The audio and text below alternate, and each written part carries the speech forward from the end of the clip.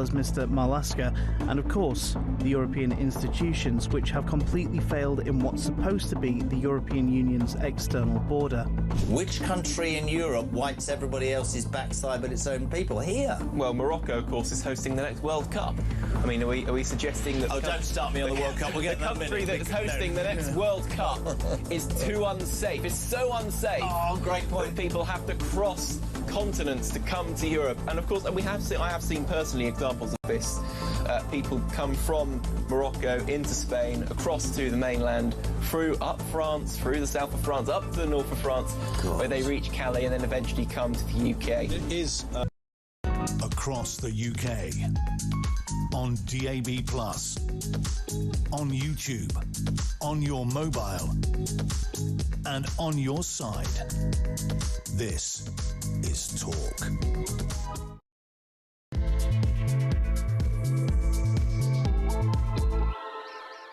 And good morning, 3 minutes after 6 o'clock. Welcome, Tuesday, the 11th of August. Collins in for Kyle right here on Talk Breakfast. So much to get into this morning as we deconstruct the nonsense that is the summer news agenda. A confusing picture of unfathomable decisions and events. Groundhog Day just got some booster rockets. And as we mentioned just before the news, let's start by looking at what appears to be the world's busiest rubber dinghy. 230 people crossing the channel yesterday in one boat, a total cost to you, the taxpayer, a possible £25 million. This is no longer a small boat crisis. These boats look like something the Navy might use when going into battle. How bad do the visuals have to get before the Prime Minister actually does something? Your thoughts on that immediately, please. Lines are open. Also, Andy Burnham has vowed to save the high streets that have been dominated by vape shops, bookies and rogue businesses. High streets ain't what they used to be. They were not only places of retail, but sort of community hubs for locals and families to meet up and enjoy a nice, calm afternoon of shopping. But look at them now. How bad is your local high street? And can Andy Burnham save them? But don't get too complacent. The same Prime Minister is not your saviour. We also hear today he'll raise taxes by £25 billion to fund his spending pledges. A sinister warning from the UK's top economist. A socialist Prime Minister raising taxes. Who would have thought it? Apparently pensioners could be in his sights. And the flight that had to be cancelled because a kid wouldn't shut up and put their seatbelt on. They didn't just remove the one family, as you might expect. They actually grounded the entire flight. It's never a comfortable moment when someone goes rogue at 30,000 feet. Bad or bonkers behaviour, please, that you've witnessed in the skies of all manner of shades and ideas. Thoughts on that? 0344 499 1000. And, of course, you can message 87222. On that first number, Bob, you can leave a voice note. Want voice notes on weird stuff you've seen folk do on aeroplanes, your high streets, and the matter of a rather big boat. Benedict Spence is with us, political commentator. I don't know if this is a first in the world of Fleet Street, but it's a great way to cover this. The Sun newspaper this morning have got the picture there, not so small boat crisis, and there's a picture of the boat, and they've got a little wording in a little circle that says picture continued on the back, and they've actually put it, it's so big, they've put it across the front page and the back page of the newspaper. I mean, this is absolutely huge. It is.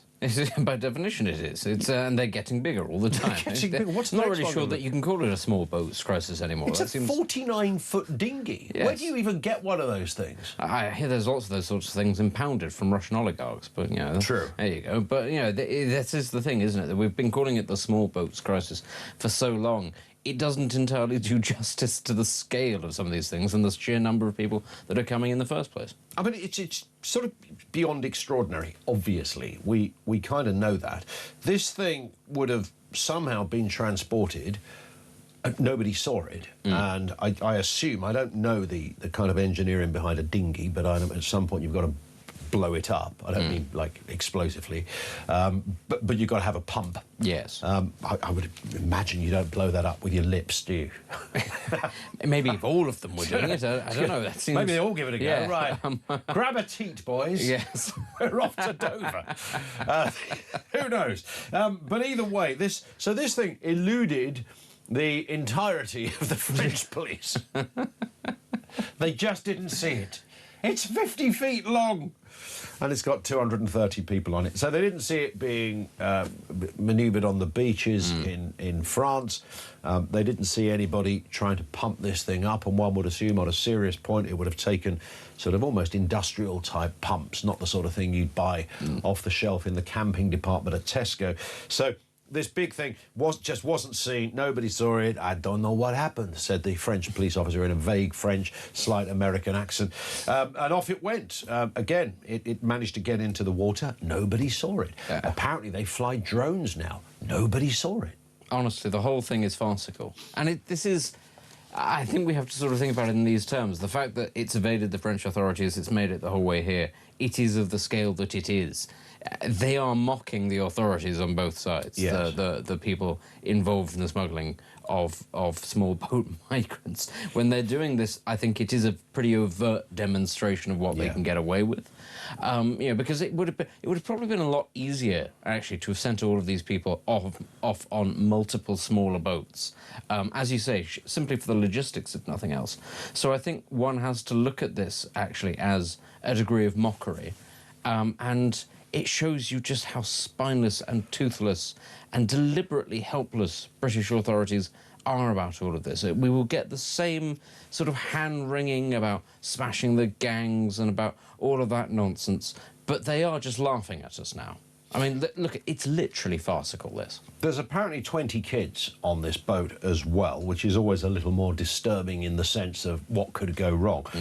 There's one fella sitting here. It looks like he's got a pair of Bermuda shorts. It's like he's on his way to Ibiza. I mean, it's... Well, given the temperatures. Well, given the temperatures. I mean, Might as well be. This, you know, they have one leg hanging in the water, essentially. One would assume that's the position for the entire journey. It would have been very calm on the channel. The sun was out, and off they've come. I mean, it literally, look, not to underplay if somebody has, you know, somebody's escaped a war zone, which we're told is exactly what these people are running from. But this looks like a day trip. That somebody's organised, you know, fancy going on the dinghy for €5, and away you go. Of course, it costs a lot more than €5, and it costs us a lot more than €5, because each of those people on a boat, the estimate is it's around about £106,000 a person. That equates to a whopping £25 million. Yeah. One boat, 25 million quid, and we've got a cost of living crisis. Yeah. So how bad does it have to be before Andy Burnham goes, now, hang on a second, there has to be another way? Honestly, it's there's, as I said, there's a deliberate helplessness about all of this, which is that you will get the same wringing of hands from the authorities saying, but what can we do? We can't just send them back because the ECHR and international human rights law and all of these things says that it's not allowed, and they're fleeing war zones, and maybe we don't have relations with the governments that they're fleeing from. But as you say, it's a financial issue, and sooner or later, eventually you cross that threshold. My concern is, though, actually, looking at the state of public debt in this country, looking at the state of the budget, looking at the tax take, actually, I'm increasingly unsure where that point is. You would have thought we would have crossed that some time ago, you know, when our sort of national debt sort of reached Italy levels, or indeed our economic output reached sort of Italy levels. You know, I've been sat there going, this doesn't sound particularly good. But we're well beyond that now, and we're still taking more and more of these people in. And as I say, when the question is raised, where are they supposed to do? What is it that they're going to do here? Is there any route for them ever to go home? The answer is effectively a sort of Gallic shrug and I don't plan on doing anything about it, and I don't know anybody who does. But if you vote for those people, you're a fascist. And that's sort of the response now, and it's truly terrifying how the state has just decided this is fine, and there's no way that you can stop it if it's not. Those are the two existing states of mind. It's like an episode of Roadrunner, isn't it? Where, you know, with the government of the Coyote trying to find ever more imaginative ways, apparently, to try and stop this thing. Oh, we've got a one-in, one-out policy. That should do the job. We should really paint a tunnel on the cliffs of Dover, shouldn't we? The migrant dinghy just goes into the side. At least it wouldn't cost as much money as this massive exchange of finances with the French. It would probably be much more effective. Absolutely right. Yes, it just seems we've got another plan, and of course they are. I was listening to one government minister talking yesterday, I think it must have been, saying, you know, we've halved the crossings. And, of course, this is not true. There has been a temporary downturn in the amount of people coming into all of Europe. So this is not just a... I mean, I was trying to think when this minister was... It was the new energy minister, whose name escapes me, the one who replaced Ed Miliband. Yeah, Stefan Bullock. And she was saying that, you know, it proves, you know, 50% down, so, you know, our plan is working. And I was listening to this, thinking, I do this for a living every day, and we talk about this, disproportionately we talk about this, and I was trying to work out what plan she's referring to. What, I mean, is this the Keir Starmer incessantly saying stop the smash the gangs? Is it that? No. Is it the one in, one out, which turned out to be sort of 500 in, none out? That was more. What is this plan that has apparently worked for Labour? Literally, what is it? I'm not aware of anything that would have put these people off, going, oh, no, we're not going anymore, because Starmer, as it was then, has got really strict on it, so there's no chance. Yeah, Nothing changed. The only plan appears to be trying to drive the economy off a bridge. Yeah, that way then people might turn around and go, oh, well, it's not quite the paradise that I thought it was. And it's interesting that Reform are getting a lot of stick about the Navy, and, you know, they're saying we use the Navy, and both, I think the Tories have probably said something similar, I don't know, but certainly Labour are saying, no, it's impossible. You can't use the Navy for that. They're not equipped for that. They don't have the boats for that. And maybe logistically it would be more problematic than Mr Farage is suggesting. However, in the absence of any other, quite literally any other robust or meaningful attempt to stop these things, try the Navy, try something military-based, because at the moment nothing is working. And when you can have... this is beyond... I mean, the bill says here, Benedict, Bill says, mega dinghy arriving carrying 230 people. In 2018, the average dinghy carried 7 people. A double-decker London bus carries 87. How can the government believe they are on top of this massive problem? It is... this dinghy holds more than the average EasyJet flight. That just gives you some idea. Well, this is essentially bigger than an aeroplane landing in the Channel in terms of amounts of people. Yeah. How bad would it have to be before Mr Burnham says, no, we've now... You know, maybe we will try the naval thing. Maybe we will try the military. Maybe we'll try something. Genuinely, I don't think that there is a point at which most Labour MPs would consider this a problem. I think we really need to remember that an awful lot of them exist in 2 worlds. One where they think that immigration, migration, multiculturalism, whatever you would call it, is good, and that we need more of it because fundamentally they don't like Britain. They don't like it as it is. They want to change it. And B, that there are those people who believe that all of these people are migrants and, are refugees and fleeing war, and that we have a moral responsibility to these people. Yes. There is no way you can convince those people. If that's their worldview, you will never convince them otherwise. Yes. That this is a perfectly acceptable thing to do. And it's also underpinned by legal migration.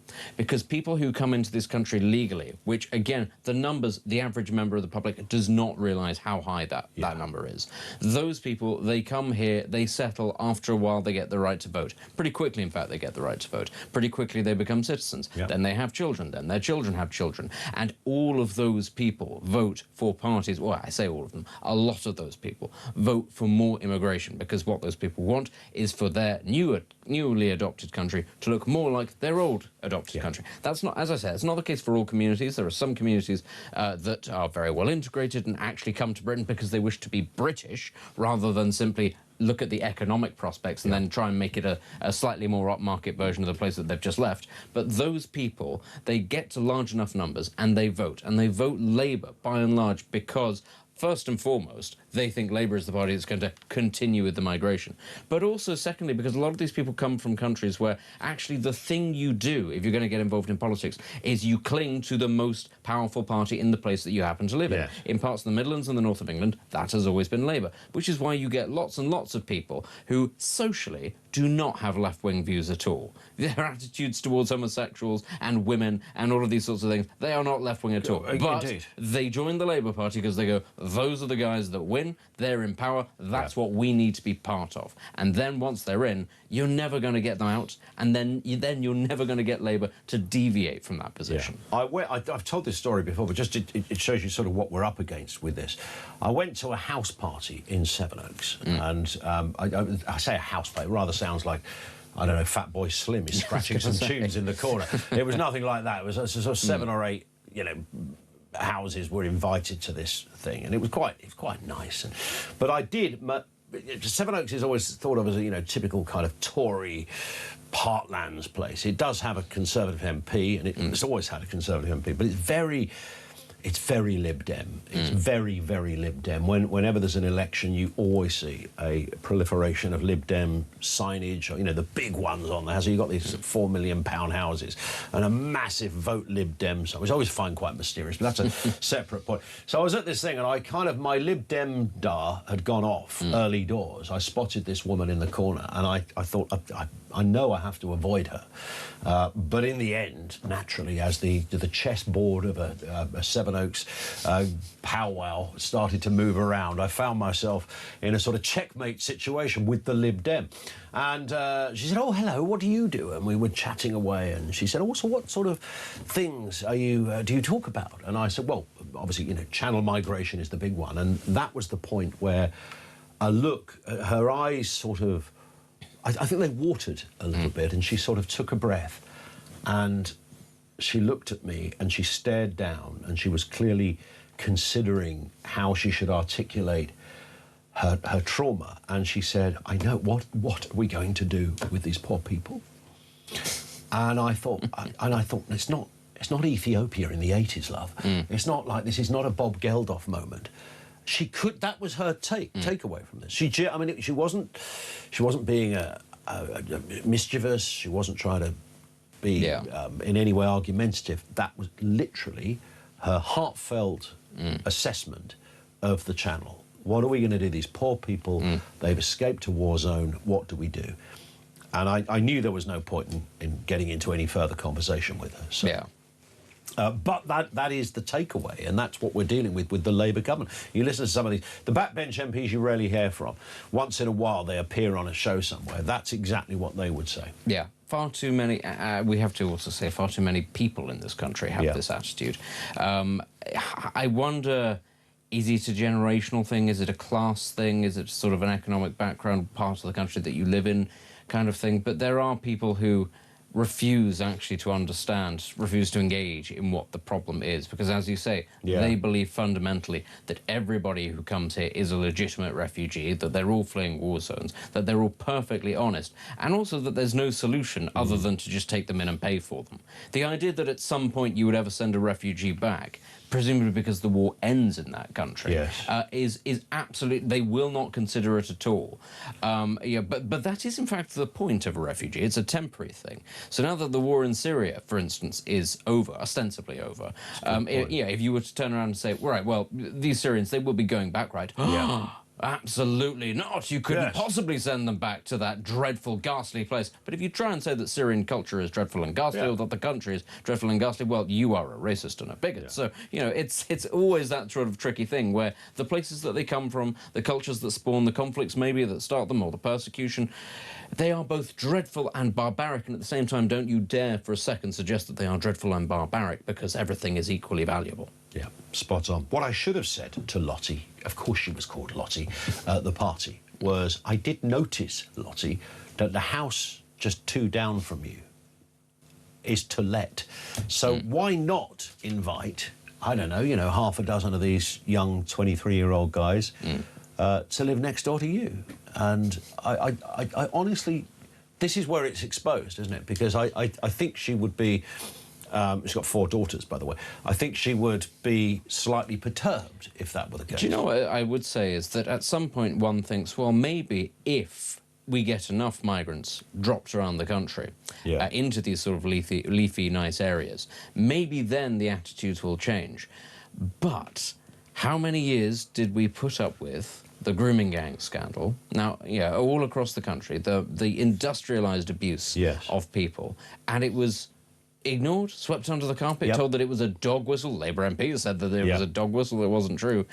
Given that the tolerance that many in the middle class actually have for the issue of multiculturalism and migration, would they say anything? Would they actually pipe up in the numbers that would be needed to shift the dial? Actually, I think part of the problem that we have is weaponising both British empathy and tolerance and politeness. All of these things basically coagulate into not saying anything, just going about your day, keeping your head down. Because actually, why are you going to be the one that's going to stick your head above the parapet and risk being called a racist, given that this society has decided being called a racist is the worst crime you can possibly commit? Correct. Worse, in fact, than murder. If you are simply somebody who carries any prejudice in your heart, you need to be cast out of society. So none of those people are going to be the ones to break cover first, because their entire worldview is set up around basically saying those working class people down there, they're horrible racists and we're not like them. Absolutely. And can I just say, should there perchance be anyone from the Hope Not Hate fan club listening to this, you would apply exactly the same. I would apply that same analogy to Lottie. If half a dozen, 6, 8, 23-year-old local white boys were about to move into the house next door, I would suggest the same potential of carnage, uproar and disturbance would take place. This is the irony, isn't it? That the same people who insist that all of these people are not in fact men, but women and children, and that the ones that are men are all fleeing war zones, they would be the first people to talk about the danger of white male rage and violence and misogyny and incels, as if this is a phenomenon that only applies to white people. They would absolutely be the first ones to talk about the epidemic of violence against women and how much of that is caused by white people. And this, of course, is all very ironic, because the big boogeyman when it comes to the issue of the incels and the violent young men is Andrew Tate. And Andrew Tate is sort of held up as this awful example of humanity and how, oh, he's coming for your kids, he's going to radicalize them. But he doesn't actually appeal to white middle-class kids, or indeed to many white working-class kids. He never has. The great elephant in that room is he directly appeals to ethnic minority children. He really plays on those sort of cultural aspects that apply much more to especially young black boys in particular, because of course that is his background. He knows what his audience is. It's very interesting how he focuses in on certain cultural aspects that apply to certain ethnic groups and not to others. But to white middle England, he's coming for your white kids, and he's what's turning them into white devils, basically. Interesting. Which is where you get the whole adolescence thing, and, you know, the changing of the character in adolescence from a black boy to a white boy, because this is in fact the great moral outrage and the great moral danger. But if you actually look at who it is that these people target, it's a bit like Islamic extremists, for instance. They don't go around targeting young white middle-class boys, because what have they got in common? They go after young Pakistani boys or young Arab boys or, you know, people like that. And it's the same sort of thing. They don't go after those kind of boys. But you would absolutely think that that is the demographic that is the major problem in this country, if you listen to those sorts of people, like the one that you interact with at your party. Yeah. Lottie, morning if you're listening, by the way. I did promise I'd play you a record. She said, can you play something nice if I listen to you? It's like, I'm not even going to bother with this conversation any longer. This in from Keith in Nottingham says, morning Ian and Benedict. So we have 230 illegal migrants on one boat. Just how many vape shops, car washes and Turkish barbers does one country need? We're going to talk about the high street in just a second. We'll also go from the seas to the skies in terms of that story of the child that grounded an entire aeroplane because they wouldn't shut up, sit down and put their seatbelt on. The captain didn't just say, can we remove this family, please? They stopped the entire flight. This was in Canada. Extraordinary things you've seen at 30,000 feet. Please, 0344 499 1000. More coming up with Benedict next, right here on Talk.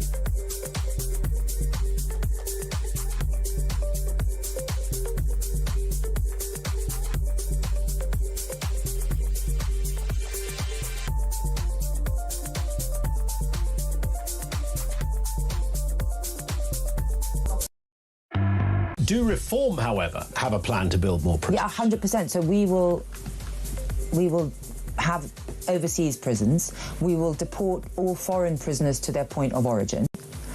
You know, like Labour has done with some, by the way. Do you remember that one of them one of an illegal migrant from Ethiopia, they sent him back straight away. Yeah. You know, there was no returns agreement, or they had no problem with that. Why can't that just happen? Why can't that just happen now?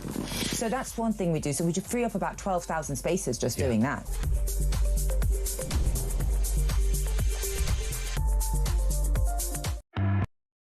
Across the UK, on DAB+, on YouTube, on your mobile, and on your side. This is Talk.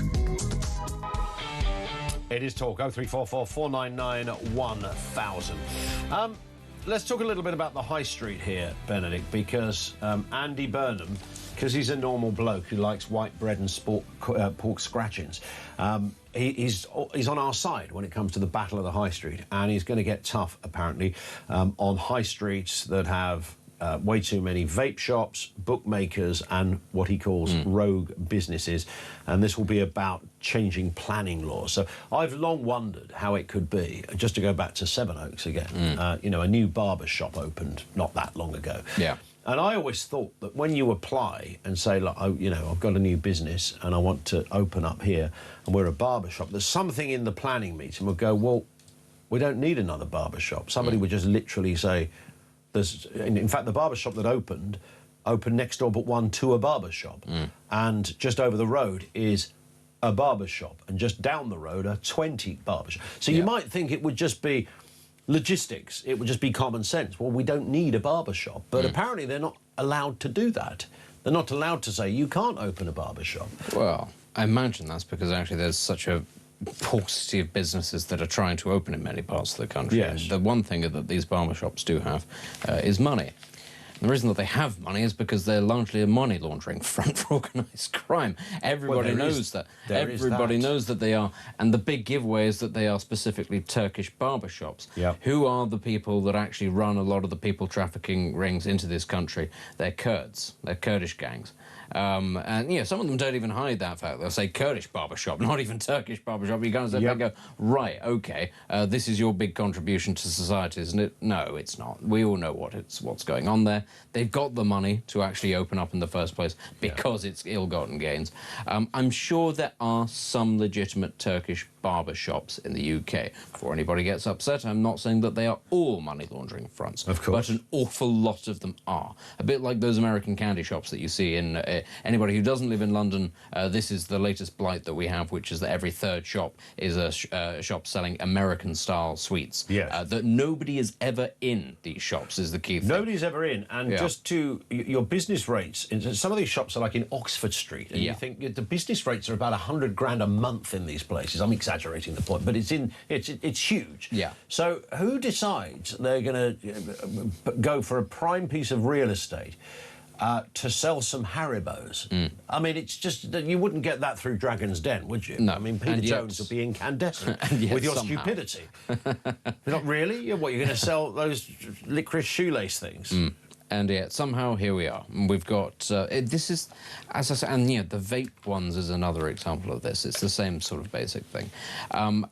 And this is a sign, frankly, of the state of affairs that Britain has got itself into, where the gains, the ill-gotten gains of organised crime are literally on show for everybody to see, both in the terms of the people who are coming across the channel, which you can see every day, and then you can see them operating in cities like London, like Manchester, like Leeds. Where? Well, they're several things. They're taxi drivers and they're delivery drivers. And this, of course, is the big thing. You see all of these people rushing around on mopeds around all of these cities with L plates on them, because you don't need to have passed your test. You simply need to have bought a provisional licence and to be learning, and then you can operate it. You can operate it as if you're running a business. Yes. That's what they do. And that's why, you know, frankly, if you want to avoid things like, you know, funding organised crime, you shouldn't use things like Uber Eats and Deliveroo, because a lot of the drivers are here illegally. That's how they operate, and that's how they then start earning the money to pay the people smugglers back.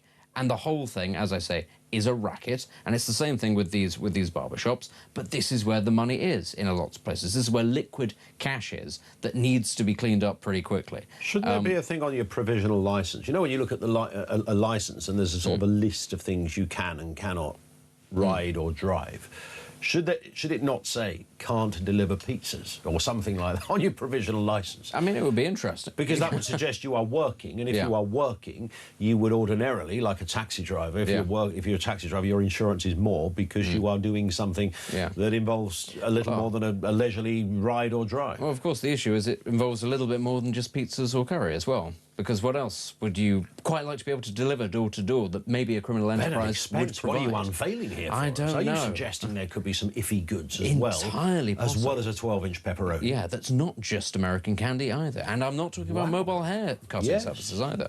There are other things that one can get delivered to your door these days that perhaps having people working in a large network of delivery drivers would greatly appreciate. But, you know, that's just part and parcel. Because, let me just say, they don't just make their money entirely through smuggling people across the channel. They make their money through smuggling other things as well, the prices of which in some cases are down, depending on what good it is it may be that you're seeking. But as I say, it's a very visual sign of the manner in which so many criminal enterprises are able to operate with relative impunity. They're doing it pretty brazenly out in the open, and our own rules allow them to do it. And the point is, and this goes back to what I was saying at the start, it's a deliberate state of helplessness. Authorities will sit there and go, well, what are we supposed to do? We can't discriminate against them. They appear to be legitimate businessmen. And we have no reason to suspect that they may not be. And you just kind of think, come on, any sensible country would look at the people, look at the names of the people, and say, I wonder what's going on here. Maybe this warrants a little bit more investigation, and maybe we shouldn't say yes to letting them open yet another business on our high street. I do find the vape shop one slightly mysterious, bearing in mind, I don't know how much effort has gone in over the last 20, 30 years to stop people smoking. In all sorts of areas, you can't. Tobacco advertising in sport was banned completely. You can't show anybody on the TV, even in a soap opera these days, having a crafty cigarette. I was looking at a clip, what was it, a clip of a film where a character was having a cigarette, and it wasn't relevant to the character, really. So it wasn't as if it was a boozing, chain-smoking, kind of rough lad. So it would have been some relevance. It was just somebody casually smoking on a sofa watching the TV. There was no reference to it. That wouldn't happen. So they've gone hell for leather in stopping the image of smoking and all that it entails, and yet simultaneously allowed 1 trillion vape shops to open. I know it's not the same thing quite, although it's still very untested in the area of whether these things are good. So on that basis alone, I find that a bit strange. And of course, for some kids, it will be a gateway to having a cigarette. People argue that point, but you see what I'm saying. It's a bit of all the things you might see a proliferation of. What essentially are smoking shops, albeit of a different kind, is a bit weird. It is a bit weird. It's, you know, slightly less bad for you, but we're not entirely sure how much less bad, and we're not sure if there are other side effects that may in fact be worse. Environmentally, it's not very good. These things all appear to be made of plastic, you know, none of which are recyclable. So you would have thought the eco-lobby would have been furious about this. A part of me, though, just wonders if the whole thing from the start was always just about smashing tobacco companies. It wasn't just about people's health or anything like that, but it was simply an aspect of society that felt that tobacco companies were evil, in the same way that there are people who will believe that oil companies or whatever else it might be are evil no matter what. And won't do. Amazon being another example. Amazon is evil to a certain subset of the population. It doesn't matter how much easier it makes life for the majority of people, how much more convenient, how much more it improves society as a result. It is fundamentally evil, and they'd like to smash it. And if that means going back 30 years, but there are lots of people who are actually completely fine with that. And the problem is, a lot of these people are very motivated, and they end up working in quangos or NGOs or whatever it is, who then lobby the government, and that's how policy ultimately gets made. It is interesting, isn't it? The same people that were telling everyone, how dare you smoke, are probably quite behind. You know, look, he's opened a new vape shop. Isn't that fantastic? I'd happily bring back cigarettes, it must be said. I think vapes smell no better than the weird artificial fruit flavours that you smell as you walk down the street, and you think, is tobacco really that much worse than whatever the hell this is? I don't think so. Part of me wonders if actually smoking might end up making a sort of a weird countercultural comeback, or at least it would if people had the money to do it. But simply because, if nothing else, you look like a bit of a tit when you're smoking a vape. I'm sorry, you do. Some of them are the size of a canoe, aren't they? I mean, I've never seen anything like it. And they've got flashing lights and bubbles, and you think, oh, wow, what next? Racing stripes? You know, it's very, very odd. What's going on? Whereas if there's something... What have you got? I've got a 2 litre here. I don't smoke, but there is something strangely dignified about a small, very simple cigarette compared to this great big contraption. But the taboo around smoking has got so much worse. There's a sort of apocryphal story of some worthy animal rights protester who broke into a laboratory and stole a beagle, as you do, and then had to get rid of it because she realised it smoked 40 a day. And you should have seen the lipstick it wore. All of that, just that, it crystallises that that sort of anti-smoking thing, which has got worse the more it's banned. Yeah, although at some point it will have gone so much out of fashion, so to speak, that therefore it may make the comeback, because actually to the average person they won't think of it in those terms. They won't look at it and think of it in the same way that a generation of people had it hammered into them. It will be alien to them because they never had that experience, and actually they won't end up seeing lots of people you know, with the yellow teeth and fingers and all that sort of thing and the emphysema. They won't see the slightly grubby side of it, the way that it was portrayed as actually being quite a disgusting habit, which, to be fair, I tend to think that it was not a great habit to have. But I think that will have disappeared at a certain point, at which point I then wouldn't be surprised if, in a slightly retro way, it makes a comeback. I was going to say a bit like vinyl, but obviously vinyl doesn't kill people. But, you know, so that sort of thing. It depends what you're listening to. Yes. Fair enough. That's fair. There is that. I've always maintained that the occasional Marlboro Light is part of your 5 a day. Just for the Ofcom fans, there you go. Alan in Middlesbrough says, leafy Lib Dem areas, I love this, leafy Lib Dem areas, funnily enough, correlate with majority white British areas with fantastic high streets. These people live knowingly in a bubble and would never consider going to Luton Central for their provisions and lattes. Great point. Yes, that's true. Have you been to Luton Central before? I'm familiar with it. Yes. All of us have had to go through it. Yeah. If nothing else, to get to the airport when we've got a particularly cheap flight to catch somewhere else. But yeah, that's a story for another time. But this is true, is the thing. It is people who are removed from the realities of this, and this has always been the case. And it's been a way of people who will never be negatively impacted by this, being able to say, look at what a good person I am, to their friends, whilst never having to deal with the consequences. The question is, though, as we said, at what point, when it does start to impact them, would opinions begin to change? I'm not sure, to be honest. Woo Woo says, first thing I want to know, Ian, did you get your hair done at the local Turkish barber?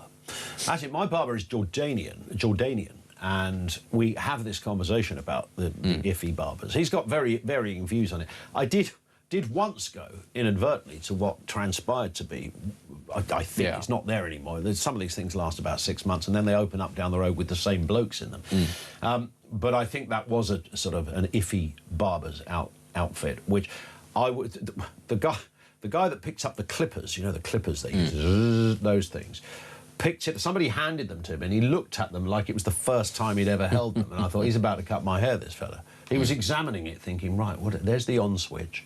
Where do I go from here? I'll just give it a go, which is why I never went there again. Your high street stories of a nightmare, please. What has gone wrong? How bad is it? What are the disproportionate shops that are represented in your local high street? How dull? I mean, high streets were, as a kid, I didn't like going to a high street with my mum because she'd always bump into people and you'd spend 20 minutes talking to different characters she met along the way, and then she'd say goodbye and you'd walk 10 feet down the road and she'd bump into somebody else. So that annoyed me, but there was also simultaneously something exciting about going into town. Where you go, we're going into town today.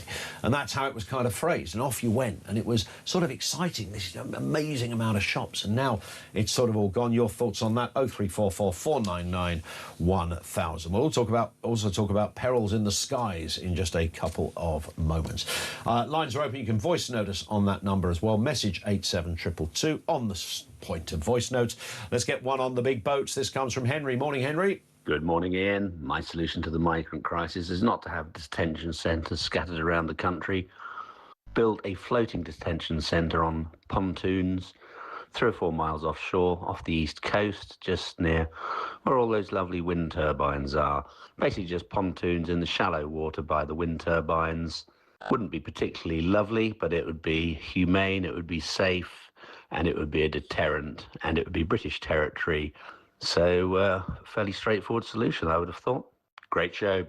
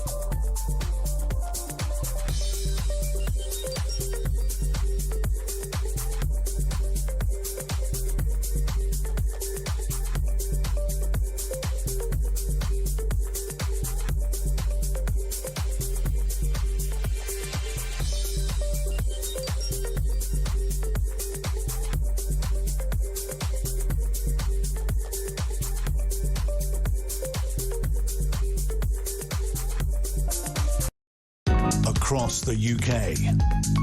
On DAB+, on YouTube, on your mobile, and on your side. This is Talk.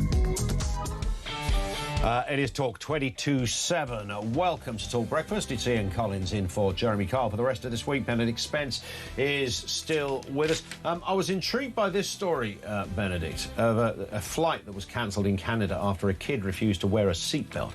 And, of course, it's reignited the debate about etiquette and safety procedures relating to travellers. This was called Porter Airlines, so one would assume it's a domestic airline in Canada, which was preparing to depart from Victoria to Toronto. This was just a few days ago, returned to the terminal because the young kid was standing on their seat and would not secure their seatbelt. The delay meant the flight could not depart before the runway closed after midnight, so passengers had to be rebooked onto a flight the following day. You would be incandescent if you're waiting on a flight. I mean, the whole procedure of flying is an ache to me, particularly that waiting on the, you're all on the plane and you think we've all been on it for 45 minutes, hasn't gone anywhere yet, hasn't even done that slow reversal thing. So it's a pain on a good day. Yeah. When you've got some kid kicking off and refusing to put their seatbelt on. Now, I've got a bit of a sympathy here because, maybe there was something wrong and the kid was panicked and the parent had done their best and I don't know. But what I do know is that planes do strange things to some people. Yeah. And it's not always, the reason they couldn't just, as I just said, ask the family to leave is because they would miss their slot of taking off before midnight. So they had to cancel it. But there's plenty of occasions when people have been on planes and something weird happens up there. Someone behaves like either a nutter or just a weirdo. Yeah, people go off on one slightly, although one of the issues that I always seem to have when I'm on flights in the UK is that somebody's had too much to drink or taken something else before they get on the flight, and you just think, why would you do that before you got on a plane? Yes. This is not the place that you're going to be partying, no matter where it is you're going. This is insane. But people do that a lot in this country. It is a difficult one, this particular case, because, as you say, it wasn't a question of being able to just chuck them off and then everybody could go. Because, it takes time, obviously, depressurize the cabin and then get the wheel, the ladder back up and then get their luggage off the plane, all that sort of thing. That does take time. That's incredibly annoying. And without knowing the full details of this particular instance, you don't know if it's a kid that's just a badly behaved, badly raised child, or if it's, it could have been a very autistic child that's having a, very difficult time. So you don't know in that set of circumstances. And it is just your rotten luck that it's the last flight of the day, I suppose, in that sense. What I would say, if it's a badly behaved child, there is something to be said about smacking children, I think, in those certain circumstances, because it's not simply a question of everybody's time, it's money, it's all sorts of knock-on effects. Actually, at some point, I think, if not, maybe even not the child's parents, a stewardess should be able to come along and say, now, look here, I'm going to belt you one if you don't sit down, and then strap you down. But that's only if it's a badly behaved child, and that's only in extremis. But still, this is, as you say, aeroplanes, confined spaces, it's just people don't behave as they would normally do. Often you find actually people are a bit more subdued, but there are always a few people who go the other direction. It's very odd. You do wonder when the cabin crew, and I can scarcely believe they still do that strange semaphore hand movement thing when they're describing the safety of your seatbelt, and they hold up a sort of an example of a seatbelt as if you don't know what one is, and they show you connecting the seatbelt, and they do all this hand stuff. Could they not just say, and it's normally now a recording, isn't it, rather than the individual reading it out? And a laminated card on Ryanair laminated flights. Card, all of that. Could they not do, amongst their many gesticulating moments of descriptive safety rules, could they not just do a sort of fist if if failure to do this will result in this, and then the cabin crew just do a fist thing? Maybe you need a brick. You need to have a special sort of separate space on aeroplanes where you can detain people, a bit like they have on ships. Why not? Why is there not? Yes. Why are there not jails on aeroplanes? That's what we're missing. A cell at the back, because you often hear about somebody being restrained, don't you, with cable ties. Yeah. rather than handcuffs. If you've got cable ties, but why not just have some handcuffs? Truss them up and shove them in an overhead locker, maybe. I don't know. But it's... I suppose if it was a Ryanair flight, they'd charge you for the privilege of that as well. In England and Northern Ireland, parents and carers can use reasonable punishment defence under Section 58 of the Children's Act 2004. The law does not strictly define what a reasonable smack is, leaving courts to decide on case-by-case based factors like a child's age and severity. Of course, in Scotland, smacking was completely banned, so you can't do it. In Wales, corporal punishment became completely illegal in 2022, making any level of physical discipline unlawful for parents or carers. But it doesn't mention air stewardesses. But right there, there's the issue. It's up for the court to decide. So already the implication is somebody will be investigating you if you do this at this point. And of course, this rule has been brought in to try and stop, the physical abuse of children. Fair enough. But let's be clear, the actual wrong-uns are going to do it anyway. This is always about middle-class people who might need to. Yeah, it's all very well Scotland having a... What if you're flying over Scotland? Where does that leave the law? Do you have to sort of whip out... Tabitha, get the GPS out. Where are we? We're over Glasgow. Well, give it 5 minutes. Don't worry. Just imagine that, looking at the flight recorder and wagging your finger right up until the right. I'm going to give you one. I once got on a first flight of the day. I was going to Malaga, couple of days in Spain. I was totally solo, really looking forward to this. I made it. I was telling Christian, our producer, this earlier. I did make a slight error with getting on the... Because my thinking was get on the early flight. It's a sort of 6 a.m. flight. Malaga's, 2 hours away? So 9 a.m. you're there. Fantastic. And I got there, got in the taxi, went to the hotel. Of course, you can't check in till 3. So I'm standing there with a flipping suitcase and a pair of trousers and not quite a jumper. But so there's a downside to the early flight. However, I got plonked in a seat. It must have been the one random seat that was available in a party of 20 on a stag do. So there I was in the middle. There's always an older bloke on a stag do, isn't it? Like the granddad or the dad or something. A load of young guys, some bloke dressed up as a woman. They're wearing their football shirt, and it's clearly going to be a bit raucous. I'm right in the middle of it. I'm randomly, literally in the middle. It must have been that one seat where they went, oh, we've got a spare one there, stick him there with that lot. Now, they kind of adopted me a little bit. It was sort of quite nice in the sense that they were having fun. But, of course, as the flight went on, they drank like I've never seen. I mean, they were absolutely blotto. It got to the point where... Then the language started. Then a couple of them, I don't know how 22-year-old blokes know Bernard Manning routines, but they clearly did. And they went full on Bernard. And then there was some bit of salty language, bit of inappropriate language as well. Then there was an announcement, is there a doctor on board? Because there was somebody having a panic attack 3 down because it got really loud. But they kept saying to this group, boys, you've got to calm down, watch the language, please. If you don't calm down, we won't serve you any more alcohol.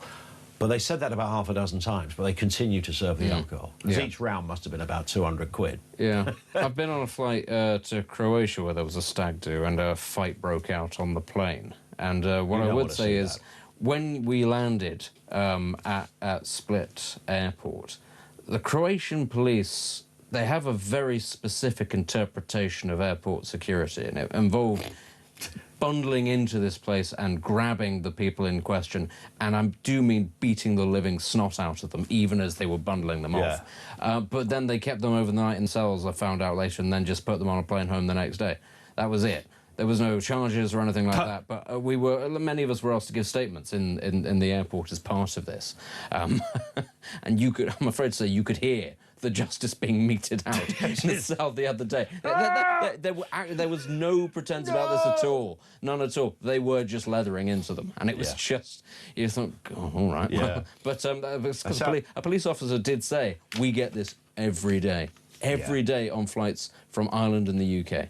And you just think, wonderful. That's just the reputation that you want. That's how they roll. Yeah. If you've experienced a little bit of that, or something else similar. I tell you what I don't like, and I've seen this a couple of times on a plane.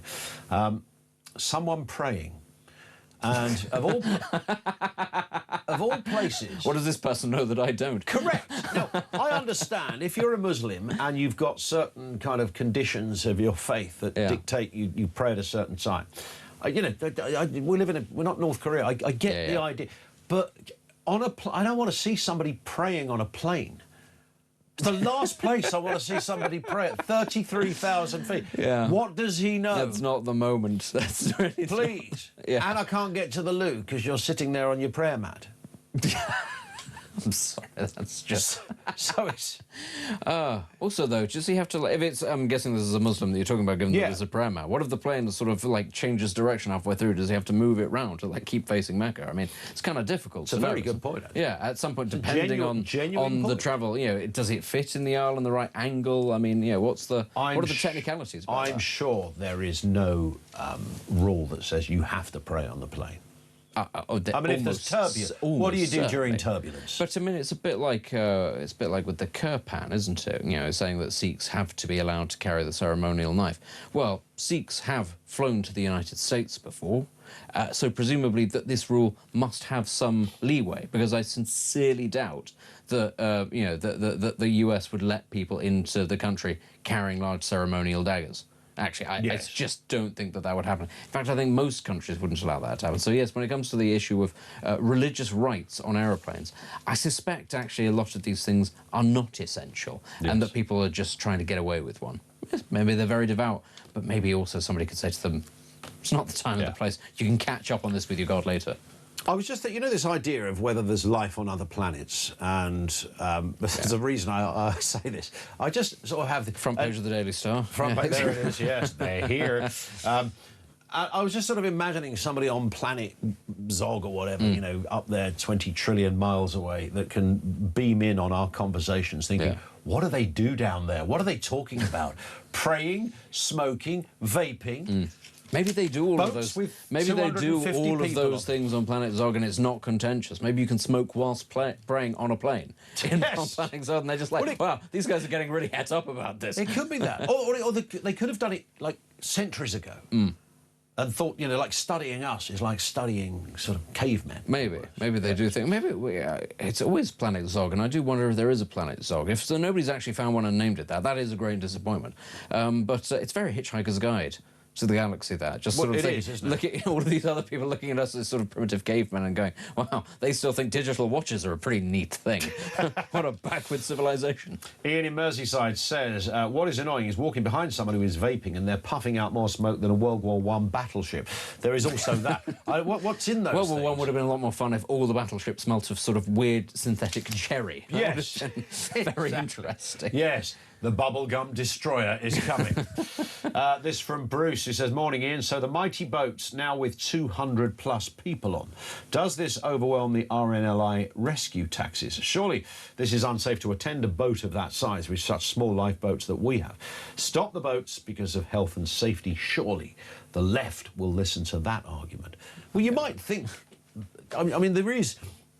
And I have sympathy with this. You know, there's the humanitarian argument as well as the economic argument, the social cohesion argument, the fact that we have no idea who these 250 23-year-old fighting fit young men are or where they come from. Yeah, just the safety aspect. I mean, there was a picture. Was it a true picture, the picture of the baby getting on the boat? Was that a real picture? I mean, there Somebody are. literally a baby in a little onesie and, you know, being... Yeah, I mean, they do put babies on these boats. That's a known thing. Often that they do it so that, in fact, those boats get picked up, so that people know for... Isn't that the point where the old Bill in France would go, sorry, boys, you're not doing that. You can't take a baby on a boat over a channel. I think we have to remember that the police there are simply not really interested in keeping those people in France, because then they do remain a problem for the French authorities. And I have to say, I just don't blame them. I know that people get very upset and they go, but what are the French doing? You go, well, hang on, we've managed to get a situation where we've offered to pay them hundreds of millions, and there's no real accountability over that, and they don't want these people to... Why wouldn't they take that deal? We would, in the same situation. Anybody would take that deal. And there is this sense of outrage because we are trying to outsource our jobs to the French.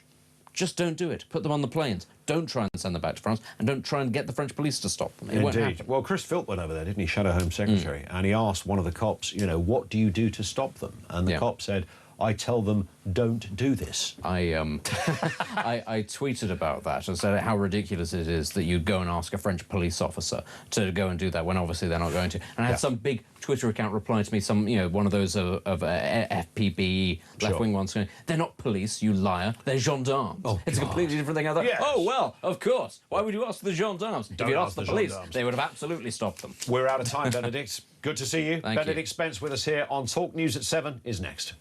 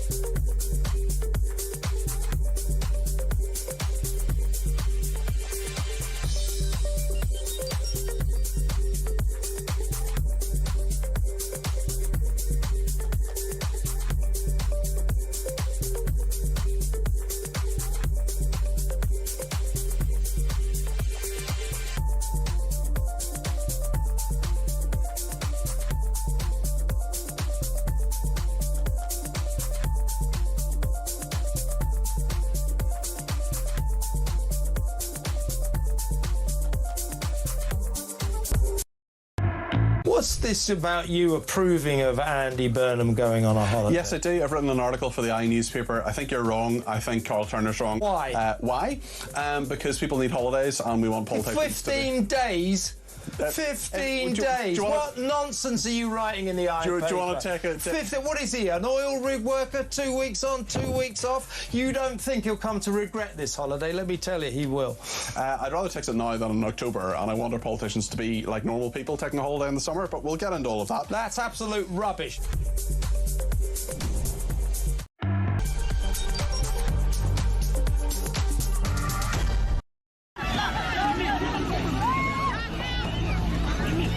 Secretary has brought forward a very rigorous plan in relation to this, and let's remember, of course, the numbers can fluctuate, but overall boat crossings are down quite significantly year on year, so that does suggest that the plan is working. We've just witnessed drone footage of the French authorities handing out life jackets to illegal immigrants and then waving them goodbye as they head on their way towards the UK. So the French are actively helping and facilitating illegal immigration. In addition to that, the French forces did nothing to stop that huge migrant dinghy. In fact, the dinghy came out, then it went back to the beach to pick up even more illegal immigrants and then departed for a second time. During all of that, the French did nothing, and they even handed out life jackets and waved goodbye as these illegal immigrants head towards the UK. I think that's terrible. I mean that anyone who did cross the channel and arrive in Dover could be immediately deported within around about a week. Give that a second, he's just dragging a line by the look of it. Is that a warning shot towards us? I don't know. Well, I was trying to work it out. Okay. The French officers could clearly see we were conducting an interview on the back of the fishing boat. They sailed extremely close to us and started firing gunshots, 11 live rounds. We could see the bullets hitting the water behind our boat. They weren't firing before their approach. They weren't firing afterwards. There was no notification of any kind of training exercise. So it did seem to me to be an effort to intimidate us. The thing that I find, and I should say alarm clock Brits find so frustrating, Chris, and this is why I wanted you on this morning. Yesterday, finally, the unelected Messiah of Manchester stood up and said to consummate fury from most of us that Labour's plan to stop dinghy migrants is working. This, Chris, despite the fact that 1,000 illegal migrants have still come into this country in the last 9 days since he became Prime Minister. Je suis un député dans le Parlement du Royaume-Uni. Why have you allowed the migrants into the water? Why haven't you stopped them? Pourquoi on les saute pas? Our order is to let them go like that. Your order is to let them go? We just have to say to them, don't do that, it's dangerous. So your orders are not to intervene? We have to protect them. Well, there's also protecting the border as well. Across the UK, on DAB+, on YouTube, on your mobile, and on your side. This is Talk.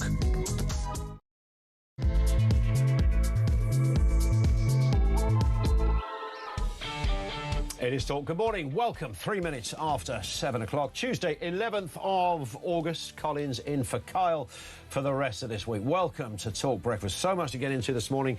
We deconstruct the nonsense that is the summer news agenda. It's a confusing picture, as ever, as unfathomable decisions, can't even say the word, unfathomable decisions and events. It's always a bit of a Groundhog Day with our government at the moment. Let's start by looking at what appears to be the world's busiest rubber dinghy. 230 people crossing the channel yesterday on one boat. The total cost to you, the taxpayer, a possible £25 million. Yes, it's no longer a small boat crisis. These things look like something the Navy might say, a bit too big for us, mate. How bad do these visuals have to get before the Prime Minister actually does something about it? More details to come. Also, Andy Burnham has vowed to save our high streets that have been dominated by vape shops, bookies and rogue businesses. High streets ain't what they used to be. They used to be not only places for retail, but there was a bit of a community vibe there for locals and families to meet up and enjoy a nice, relaxing afternoon shopping. But look at them now. How bad is your local high street, and can the Prime Minister save them? But don't get too complacent. The Prime Minister is also not your saviour, as we hear today that he plans to raise taxes by £25 billion to fund his spending pledges. A sinister warning from the UK's top economists. A socialist Prime Minister raising taxes. Who would have thought it? Apparently pensioners could be in his sights. And as we've been discussing, the flight that had to be cancelled because a kid wouldn't put their seatbelt on, they didn't just remove the one family, they actually grounded the whole flight because of timings. It's never ideal on that moment for somebody to kick off at 30,000 feet. Bad and bonkers behaviour, please, that you've witnessed in the skies.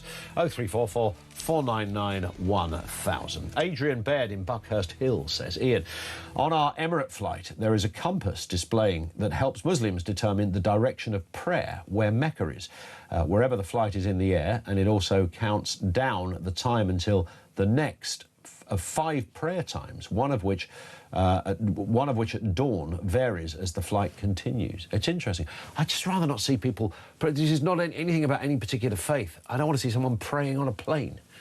But you just sat there thinking, what do they know? Have they had a message from the man upstairs? What's going on? Thoughts on all of this? We'll take your voice notes on the same number, 0344 499 1000. You can message 87222. And let's get a word from Sir Ian Duncan-Smith, MP, former Conservative Party leader, of course. Ian, good morning to you. Good morning. Morning. It's interesting, isn't it? It does feel we're in a sort of a bizarre, dark sitcom when it comes to the Channel crossings. How more audacious can it get? How more visual can it get? And we see this image of this massive boat. Apparently it holds more people than an EasyJet flight, which gives you some idea of how big this is. Huge cost to us, 230 people, 20 kids on there as well. It's so big, the Sun front page there this morning have actually referred you to their back page as well, where they can complete the picture of the length of the boat. I mean, you look at this and you think, you know, even, look, Andy, I've said this for a long time, we've discussed it before. If you're a left-wing Prime Minister, it's not really in your DNA to care about this. You know, we know that we talked about Gordon Brown yesterday and the Gillian Duffy moment, that bigoted woman. Even his left-wing advisors couldn't get him to talk about immigration because he couldn't go there. And I sense we're sort of in that place. You might think a big old dinghy this big would be the wake-up call for Andy Burnham, but I think the phrase "don't hold your breath" comes to mind. Yeah, I think I think he hasn't seen, I think, just how important this really is to the public. And it is important to the public because what we're getting here now is a whole bunch of people invited really to the United Kingdom because we don't do anything about it when they get here except pay for them and keep them here. Yeah. And there is only one solution to this. It isn't this break the gangs. By all means, have a go at doing that and stop the dinghies. But look what's happened since they started talking about it. We've now got these mega dinghies, which are even way more dangerous than the smaller dinghies. If that one goes over or something happens, you're going to have tens, even hundreds of people dying in the channel at one go. Wouldn't take much.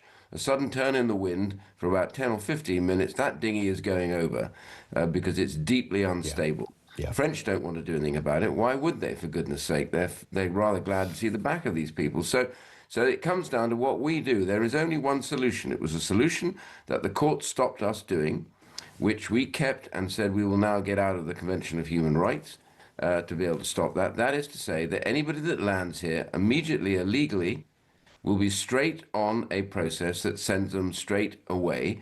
In our case, it was to Rwanda, to make sure, therefore, that they can't come here, can't stay here, can't live here, or to their own homes. And we have to say to everybody, these are your citizens, it's time you took them back. If you don't want to take them back, we'll send them to another place, but you are not staying here. When we saw that announced for the first time, I remember this quite clearly, many of those illegal migrants tried to get into Ireland, Southern Ireland, because they thought they were about to be deported. And the boat stopped briefly because they thought that if they came, all that would happen. So go and remember, they spend thousands of pounds to cross the channel. This is not ad hoc. They spend a huge amount of money just to be on that ridiculous boat because they believe once they get here, it's the land of milk and honey. And that's the trouble. And unless you get rid of the pull factor, which this government didn't want to do because it got rid of the Rwanda scheme straight away, you're looking at the result this summer. It's exactly down to the fact that we have no way of getting rid of that pull factor, which we should do. Away you go, off to another place. You're not going to stay here. It's time you went. Let's have a reminder then, Ian, of Mr. Burnham down there in Dover. He went to, he was getting his hands dirty here, going right down to the coal face of the problem. Here's what the Prime Minister said 2 weeks ago against the White Cliffs. The number of crossings is down by 50% this year compared with the same period in 2025. And the month we've just had, July, has been the lowest number for 6 years of people crossing. So clearly progress is being made, but we're not complacent. It's why I am here. So we're just going to be relentless. People want to see this issue addressed. I heard that on the doorsteps in Makerfield. But we also need to build a system that offers safe routes for people as well, because that also takes away the selling point of the gangs. Ian, maybe you can help me out here. I constantly hear, and Mr. Burnham said it there, that the boat crossings are down by 50%. I'm hearing ministers go out on the early rounds talking about Labour's plan is clearly working because it's down by 50%. And I talk about this a lot. You and I have talked about it a lot. You're there in Parliament. You're as astute as any politician down there in Westminster. You see and hear these debates in real time. Do you, or could you even point to what specifically they are referring to when they say Labour's plan is working? I genuinely, and I'm not trying to be partisan or deliberately mischievous on this, I cannot for the life of me see what this plan that they keep pointing to is. Yes, numbers have gone down. They've gone down in the entirety of Europe, which would, that's where the smart money is, that would explain it. But they're claiming it's something they have done that has reduced the crossings. No, there's nothing that they have done specifically since they got in that has reduced the crossings. Their great claim that they were going to smash the gangs hasn't worked. The gangs are big and strong, and look at the boats they're producing, for goodness sake.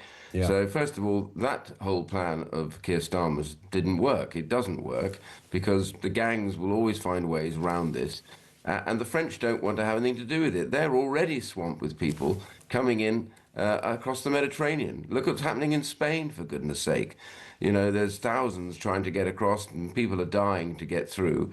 So they're already having to cope with migration coming in. And there's the whole support for the Convention of Human Rights in the European Union now is teetering. They are all coming to the same conclusion that we did, that this simply doesn't work. This is a crisis, and you have to deal with that crisis. So this idea that some are down because of the crossings, there are plenty of other ways that they're getting through to the UK. But these crossings you can just see it. That boat alone is a good example of how their plan is not working. And to go out there and to lecture the British public that somehow they've succeeded when they can see themselves on the pictures that these guys are literally, sticking two fingers up to the British authorities as they head across the channel. And by, opening up the legal routes, well, what does that mean? It means that people coming in here will come in greater numbers anyway. The reality we've got at the moment is we have too many people trying to pile in here into what is already an overstretched economy. So we have every right to say, no, the plan only works when they stop crossing. And when we're able to stop them crossing. And I have to come back to it. What I said at the beginning, the public knows this. The only way you will stop them crossing is to say all that money, all that effort is worth nothing. Because if you come here illegally, particularly, if you come here, you will go somewhere else, either to the country you came from or to a third country, which we have agreed with. That is that. And it means that all that money you're spending, it's not worth it. The risk you're taking, children on board those boats, it's shocking. These risks are not worth it. That's the key end to the pull factor. And even is greater to you. But yeah, we remember President Macron even made that very point. Even until you stop the pull factor, you're not going to stop the boats. Yeah, and Italy has come to that conclusion. Spain is now talking about it. All the countries of Europe now have come to the conclusion that in actual fact, if you allow people to come here free and gratis like that without any requirements on them at all, the answer is they'll come in boats like this one being shown on your screen at the moment. And they'll get bigger because this is our very economic way for the smugglers to be able to get people across the channel. It takes one person sitting, steering the boat, and the rest are all migrants, as you said, bigger than a normal jetliner. Unbelievable. We are going to talk more about that throughout the course of the show. This subject as well, Ian, Andy Burnham vowing to get tough on high streets that have been hollowed out by vape shops, bookies and rogue businesses. No matter where we live, we've all seen the same thing, proliferation of iffy barbers' shops that seem to pop up when there's already 20 in the town, and the Prime Minister is planning to crack down on lax planning rules that have been blamed for the decline of town centres. I don't know what Chingford High Street's looking like these days, but it does seem to be a pretty uniform picture across the country. They ain't what they used to be. No, actually our Station Road, the main high street, the north end of Chingford, is still a good high street, and we've done a lot of work, and it's very important this, we've done a lot of work with the police to make sure that all the bigger shops always record the crime immediately to the police. The police then have an obligation to come. So shoplifting, antisocial behaviour are the two elements that are destroying our high streets. And the police need now to make sure they're there the whole time, and that shops, we discovered that other bigger shops, some of the sort of mini supermarkets that exist on these high streets, which are really important because they bring people to the high street, then they go to all the smaller shops. It's important and vital that they record crime and they get the police to come, because up until quite recently they were not doing that on our high streets, and we had to force them to say, you must report the crime to the police, otherwise they won't come to the street. The second thing is to give local authorities the power to say no to certain shops. Adult gaming centres are proliferating, and all they do is they bring poor souls who are addicted to gambling, spending all their life savings, ending in destruction for them and their lives, into these things, gambling all through the night. These sort of centres are really detrimental to high streets, and they shouldn't be allowed in more than ones, maybe at most. And the reality right now is the council has no power to stop those shops opening in clusters, and that has to stop because they bring the area down. I'm not against a normal betting shop. They're very straightforward. They are what they do, and keeping those under control is fine. But it's these sort of shops that you're talking about that are antisocial. And as for the barbers and the vape shops, a lot of these ones are involved in criminality. So kids or people that steal from the shops take them straight round to these shops and they sell them under the counter. And that has to stop as well. The police have got to crack down on that and give them pretty long sentences. So all of that has to be done if we're going to keep the high streets relevant. And they are relevant. They should be relevant for pensioners, for older people, for younger people. They're really important. They're a lifeblood of our communities, bringing people together. So they need to be taken seriously. So if he has any plans at all, that's what he has to do. It's cracking down on antisocial behavior, locking people up. I don't care if he's having too many people in prison. Lock them up, make sure they understand their crime is punishable and they'll get caught, and keep those antisocial shops off the high street. That would do. That's a start. Apparently there's a curtailing of decision makers, in that if somebody buys or rents a unit in a high street and says, I want to open a vape shop or a barber's, you might think the local council would look at the list and go, well, that's very entrepreneurial of you, sir, but we've already got 25 barber shops, so we don't need another one. Apparently they're not allowed to do that. No, they're not. And I understand, you know, do we really want politicians telling people what businesses they can start and can't start? So notionally I get it, but there surely is a point where one could argue something, you know, often you want to start something or do something and the initiative fails because it's not conducive with the public good or not conducive with the aesthetics of an area. It seems extraordinary that councils are curtailed from making that decision. Yeah, I don't know when it all started, but I do know we've run into this in the last 2 years. We've been having my colleagues and I, the councillors, a real crackdown on the high street. And we've really had to force the police, and they've been good now because they come out to the high street and they patrol the high street. It's not perfect, but we have nabbed a number of these people. We actually filmed them. They didn't really care, these shoplifters. They're part of gangs. Gangs have moved in, and that's the problem. So councils need to have that power, not to overuse the power, but the power to stop clusters of shops opening up. These shops are not the sort of shops that most of the public go to. You know, the vaping shops and the excessive barber shops that grow up. Lots of them, I'm not saying all of them, but lots of them end up in criminality. And what we want to do is stamp that out straight away. What we want is a proper functioning high street that has got variation, different shops, and there's people happy to come with their children and spend time there.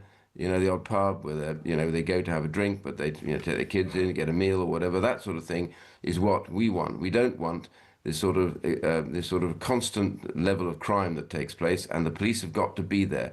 I did say to the police the other day, it's the number one problem you face is antisocial behaviour. If you get rid of that, the public will thank you, because that stops them in any way being able to do anything on their high streets. So do that and you'll bring people back to the high streets. Common sense stuff. Ian, thank you very much for your time. Good to speak again. Ian Duncan-Smith, former Conservative Party leader and, of course, MP for Chingford too. And Woodford Green as well, just to bolt that on the end. This one in from Linda in Deal. In the 1990s, my husband worked for a private IT company. One of his jobs was to fix any problems on the computer system of a prison ship in Dorset. We lived in Bromley and he had to drive overnight. Sometimes prisoners will be unable to be released, says Linda. Wow. There are prison ships, which is interesting to know. Thank you, Linda, for that. Lots more to come. We'll talk prisons in a second. Vanessa Frake, big spokesperson on prison. She is a former prison governor, knows the terrain really well. Her take on that. Your take on the big boat. The big boat. It's the biggest one ever. More people than an EasyJet airliner arrived in Dover yesterday. It's absolutely huge. It's absolutely costly and it's absolutely unacceptable. What is our Prime Minister going to do about it as we sit here at 7:20? Absolutely nothing. Thoughts on that as well? The decline of your high street, weird stuff you've seen at 30,000 feet in the air. This is reference people behaving badly on planes. More on that to come, and voice notes aplenty on 0344 499 1000. Here's one from Adrian on that issue of the big boats. Morning, Adrian. Morning, Ian. Morning, Benedict. It's Adrian from East Sussex. Just very quickly, that boat is clearly unseaworthy. There's no way they would have used a boat of that size unless they knew they had the support of both the French government to get it to the halfway point and then the British government to bring it back the rest of the way to the UK. And of course, you've then got all of the charities, British charities, working against the interest of the British people.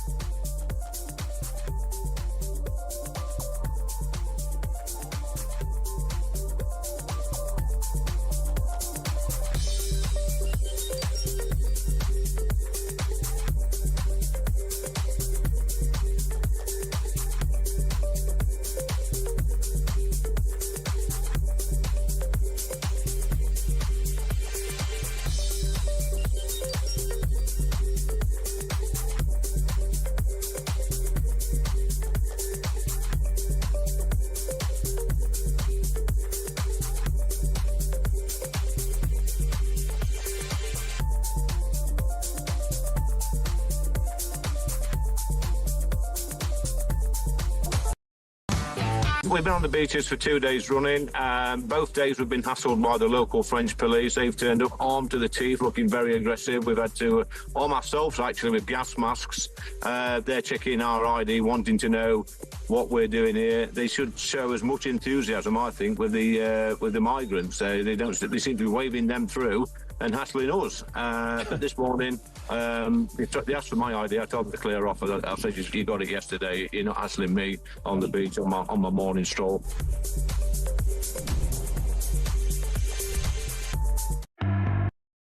Across the UK, on DAB+, on YouTube, on your mobile, and on your side. This is Talk.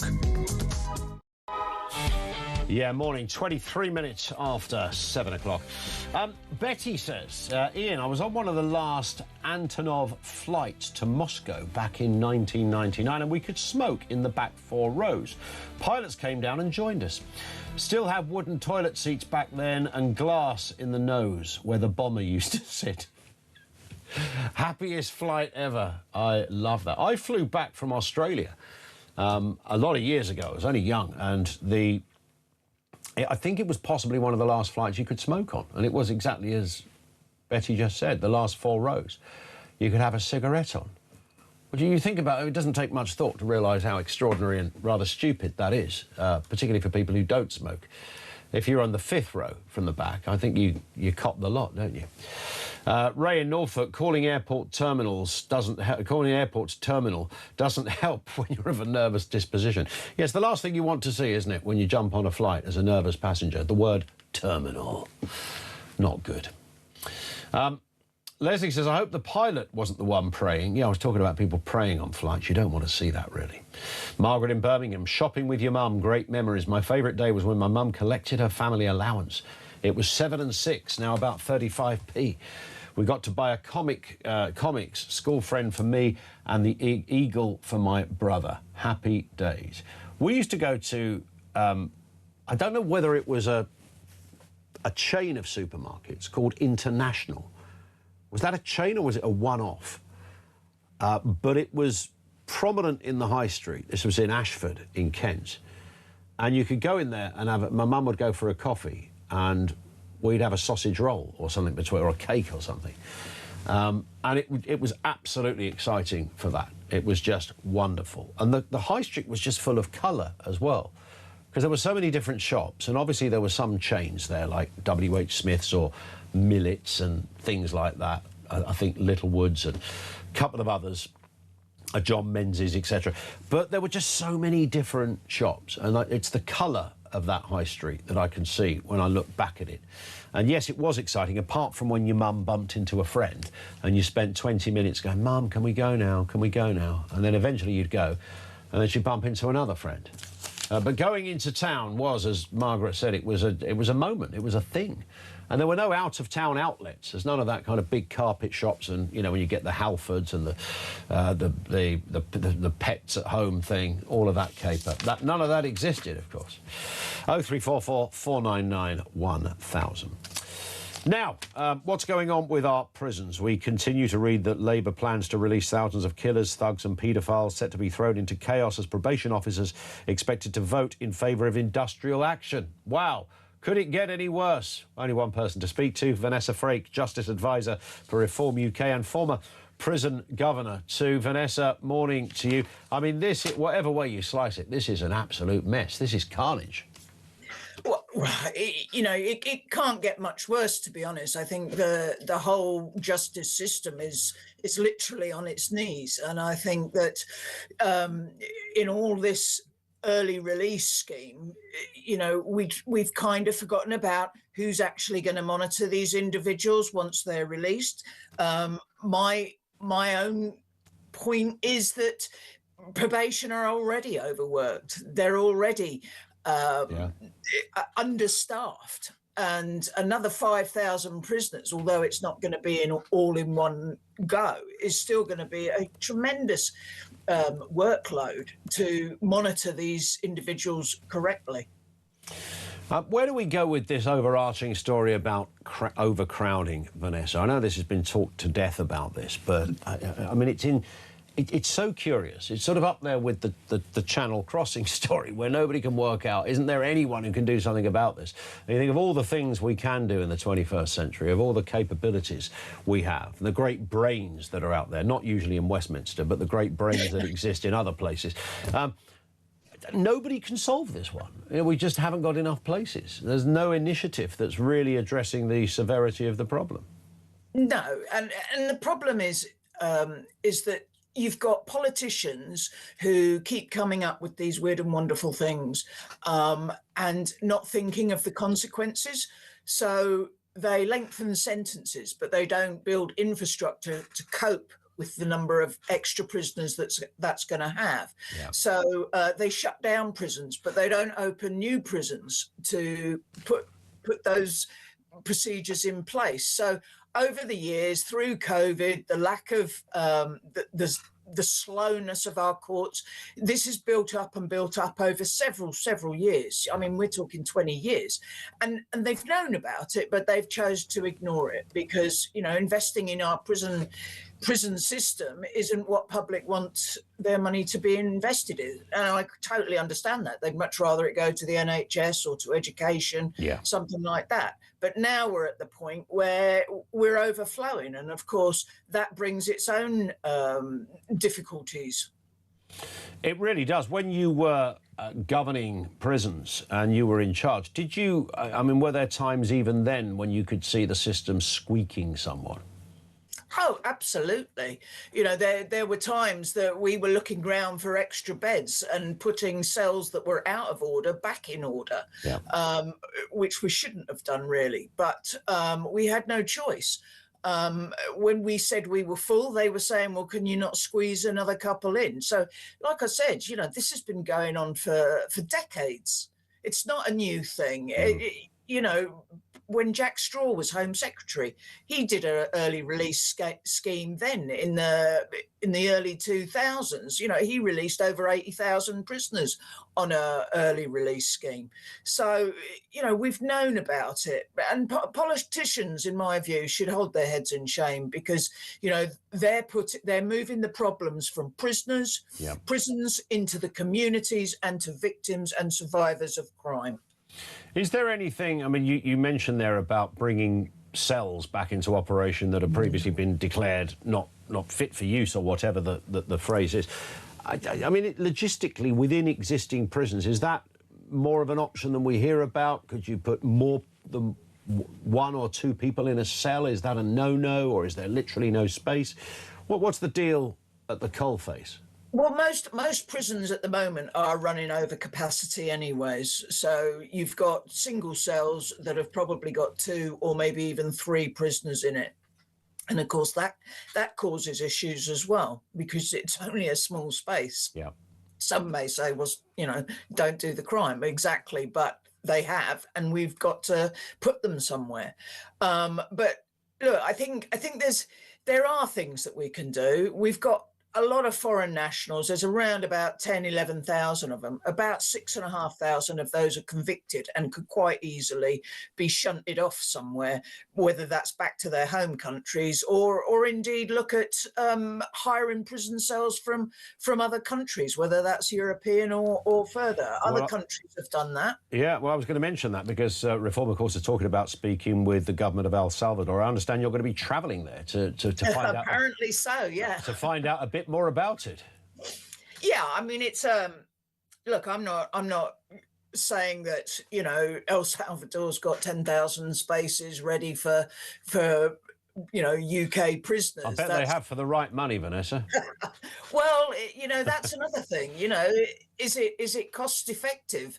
And of course, you know, just because you move prisoners from this country to another country to serve their sentence doesn't mean to say that you release your responsibilities of that prisoner. So, you know, if a deal that can be made that's legal, secure, humane and cheaper than building and operating another British prison, why wouldn't you consider it? I'm not saying it's going to happen, but certainly look into it. There's nothing wrong in looking at that. You know, these are desperate times, and you've got to take the bull by the horns and try everything possible. I wonder if there is, you know, a complete change in the law in terms of how people are sentenced in that respect, that you say to somebody, I don't know, you know, some drug mule from Albania, and there's a huge disproportionate number of Albanians. It might even be the biggest group in British jails, that you couldn't say upon sentencing you will be immediately deported back to Albania. I mean, you won't even serve any prison sentence here. Yeah, I mean, and we have a treaty with Albania, so it shouldn't be that difficult to send these people back. But yeah, I mean, anything is possible, isn't it? Anything is possible, but where there's a will, and it seems that I don't know what happens in the world of government. I don't know whether you become an MP or a minister and then somebody sort of injects you, or you undergo a procedure where all common sense and sanity is spectacularly removed, and you're left with what once upon a time, you know, you had big ideas before you became... It's like becoming the Prime Minister, isn't it? You've got a big to-do list. We've all got a to-do list. If I was Prime Minister, I would do this. And then you get into the job. Does somebody take you in a room and say, by the way, that list you've got, stick it in the shredder, because it ain't worth a bean, mate. Nothing's going to happen. Yeah, exactly. And the problem is that, you know, Alex Norris, you know, no disrespect to him, but he's never had anything to do with the justice system. And he's now the prisons minister. This is the third prisons minister in 3 years. So, you know, if somebody stuck at the job and really took the bull by the horns and listened to, not necessarily me, but, you know, governing governors, the staff on the ground, and spent, you know, a day working in a prison, see how it, but they don't. No, they never do. But thank goodness for people like yourself, Vanessa, who can speak with real authenticity and experience. Great to have you on with us. More than appreciated. Vanessa Frake, Justice Advisor for Reform UK and former prison governor as well. She knows her way around C-Wing like few others. We're going to be speaking back on immigration. Kevin Foster is a former immigration minister under the Conservatives. What will he have to say on this massive boat, if you haven't seen the story? Not so small boat crisis. There's the front page of The Sun this morning. The boat is so big that the Sun newspaper, doesn't often happen this, have decided to show the picture on the back page as well. If you're watching in Vision, if you're watching, it would be in Vision. If you're watching us on our YouTube feed, you can see it there for yourself. You've got to turn to the sports page on the back to get the full entirety of this boat. Bigger than an EasyJet plane. 200 and odd folk landing yesterday in Dover, 230 to be precise. 20 kids were on there as well. Some of these people look like they're on a Beano to Ibiza, frankly. The waters were calm and they kept on coming. 230 on one boat. What does a wake-up call look like to this government? Just asking. 0344 499 1000. More voice notes, comments on the way. Details to come. 25 to 8. This is Talk.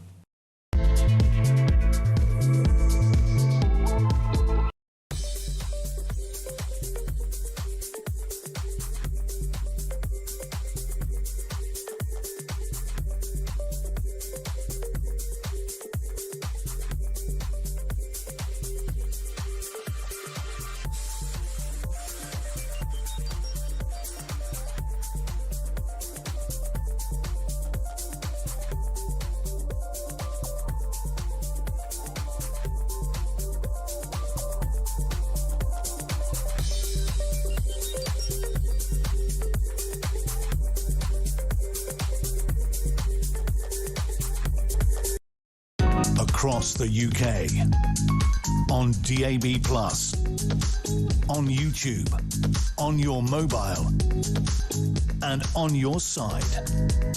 This is Talk. It is Talk. Welcome back. Lots to get through. The state of your high street, the state of our prisons, the state of our seas. Goodness me. Kerry in Coventry says, I live on a main road and within 1 mile drive we've got 6 barbers shops. We used to have 2.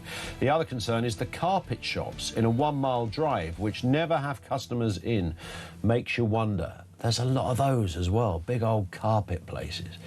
And the sweet shops, I think this is more... I'm not talking about, you know, the little corner shop that sells sweets, the legit ones, these kind of confectionery places. They're all over the place, mostly in larger cities. There's one just near where we are here, and it's quite small. It's not quite a nook in the wall, but it's just a smallish place. Every time, I've never seen anyone in there when I've gone in there sometimes to buy some chewing gum. And that's it. I've never seen anyone in there. The rent to have a shop at London Bridge and the business rates must be, I would be confident enough to say that that shop cannot possibly even wash its face. It could not possibly get enough income to cover its rent and its business rates. I'd be confident enough to say it's impossible. You'd have to be making 10 grand a day in that place, in that ballpark, to make it work. No one in there. It's small. No one in there.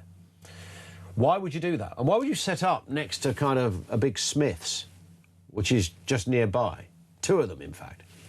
I mean, that would be like, well, why would we put a confectionery shop next to one of the biggest shops that sells that stuff anyway? It's mind-boggling, kids. 0344 499 1000. So this mega dinghy, there it is on the front page. I mentioned it. Even the visuals of this, you might think that if you were in this case, a Labour minister that wasn't really on board, no pun, with the whole Channel crossing thing, you might think somebody would go into work today and go, Prime Minister, mate, look at this. 230 people on one boat. Well, you can come at this from the if you feel more comfortable talking about the humanitarian side, then that's also a valid argument. This is ridiculous. The size of an EasyJet plane just landed in Dover with 230 people, including 20 kids on board. What does it take? Let's speak to Kevin Foster, former immigration minister, former Conservative MP as well for Torbay. Kevin, morning to you. You've had experience of these meetings. You've seen the incredulity. You've seen grown men sweat trying to discuss what appears to be the Gordian knot of our times. You might think that this particular story, it's a long list of stories, as you and I have discussed many times, but this particular one, the photo can't even fit on the front page of a newspaper, for goodness sake. They've had to put it also on the back page as well. Wouldn't this be the wake-up call for Andy Burnham? Yeah, absolutely, Ian. And this could have been a disaster in the making. If that boat had punctured halfway across the channel, 230 people straight in the water, by the time you'd managed to pull even half of them out, the other half would have almost certainly been in difficulty. You know, the water in the channel is deep and cold, even at this time of year. So, you know, you'd have been looking at a significant loss of life. And just the image of this, you know, as you say, more than a EasyJet, a 737 would carry arriving into the country just shows that you are going to have to make a big response to this problem. And numbers, they say, are down on last year, but it's worth noting they're about the same as they were in 2023 when 30,000 arrived. That, you know, we Conservative Party at the time rightly got a lot of criticism around that, including from the Labour Party. Yes, of course. Who said that as long as you could smash the gangs, it would all be solved. Well, just focusing on law enforcement isn't going to deal with this. There are models that the government could adopt. There are ways of solving this. But unless they really move forward into areas that are probably quite uncomfortable for Labour MPs to deal with, like, you know, making it easier to remove people back to countries, including removing people to places like Afghanistan, then they're going to carry on seeing these types of headlines and all the impacts this then means here in our country. Labour keep telling us, you will have heard this many times, Kevin, and in fact, let's have a little listen to the Prime Minister speaking, because as you will be aware, 2 weeks ago he went down to Dover. He wasn't messing around, our Andy, because he's a normal bloke that likes white bread and pork scratchings. He does normal things, Kevin, and things like going to Dover to talk about the problem. If you've got the white cliffs behind you, somehow you authenticate your credibility. Well, that's what he thought, at least. Here's what he said just a fortnight back.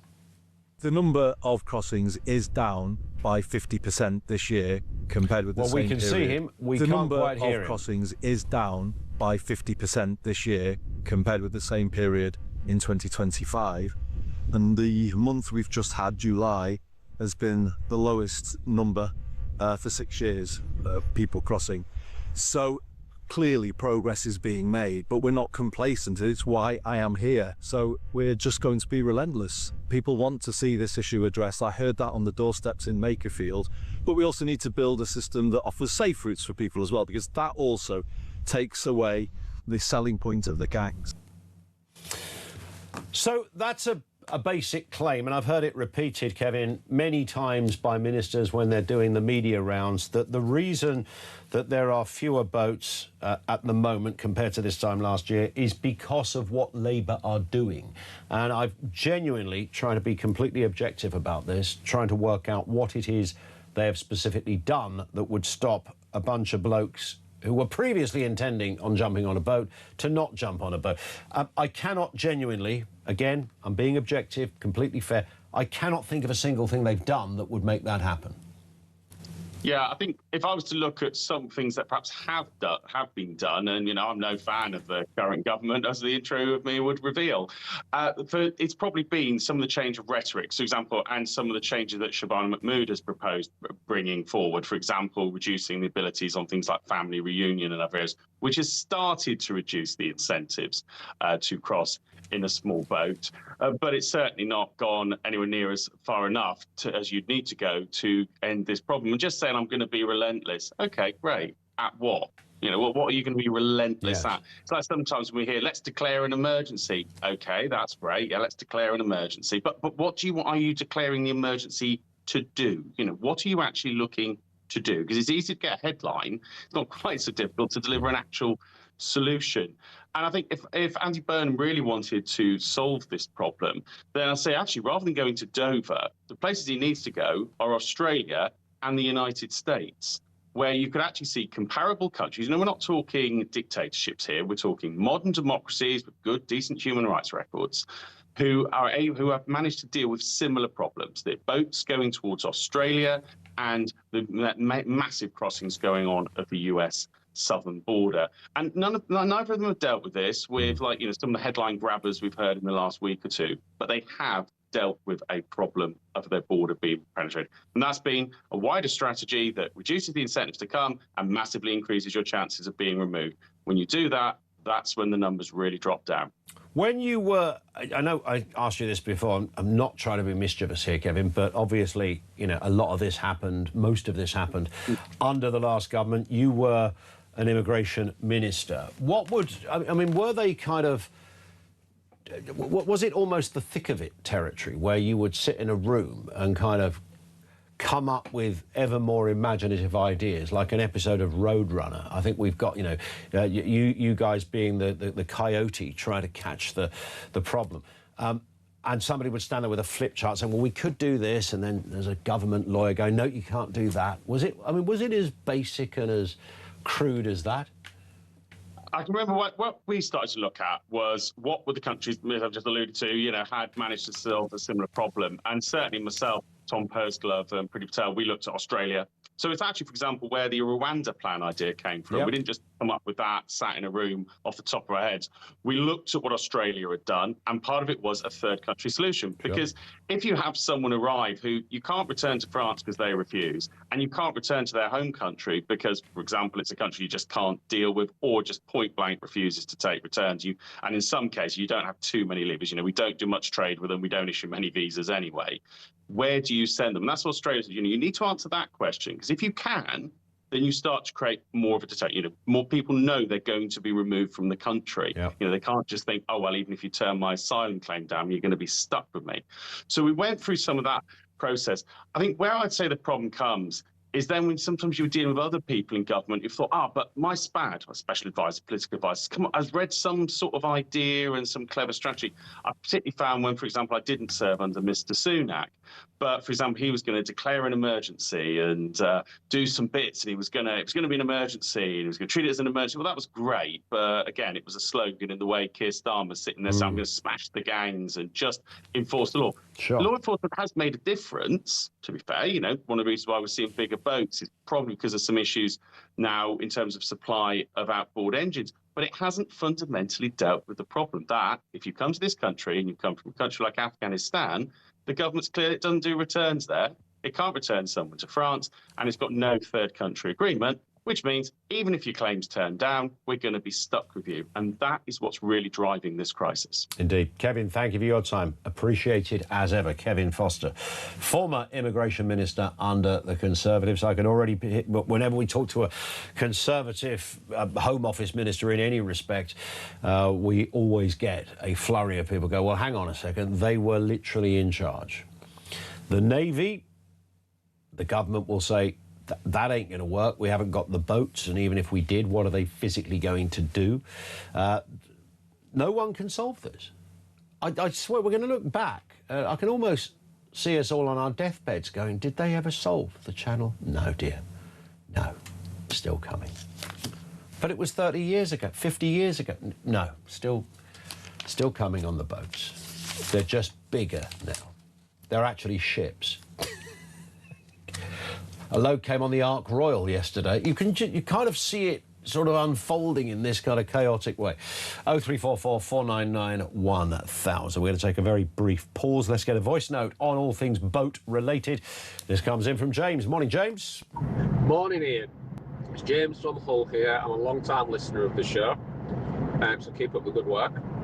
I just want to say, with regards to the boat crisis, nothing is ever going to change. It's not in Labour's priorities to stop the boats. They've got more left-wing policies to bring into play, and they're not actually doing, or should I say, Andy Burnham's not actually doing anything to, of grand scale, to improve the lives of the British people. And I don't think that's ever going to change. He's just another puppet for the Labour Party. So we need somebody to come in via a general election, such as maybe Reform, to turn this boat around, or turn the boats around, so to speak. Keep up the good work.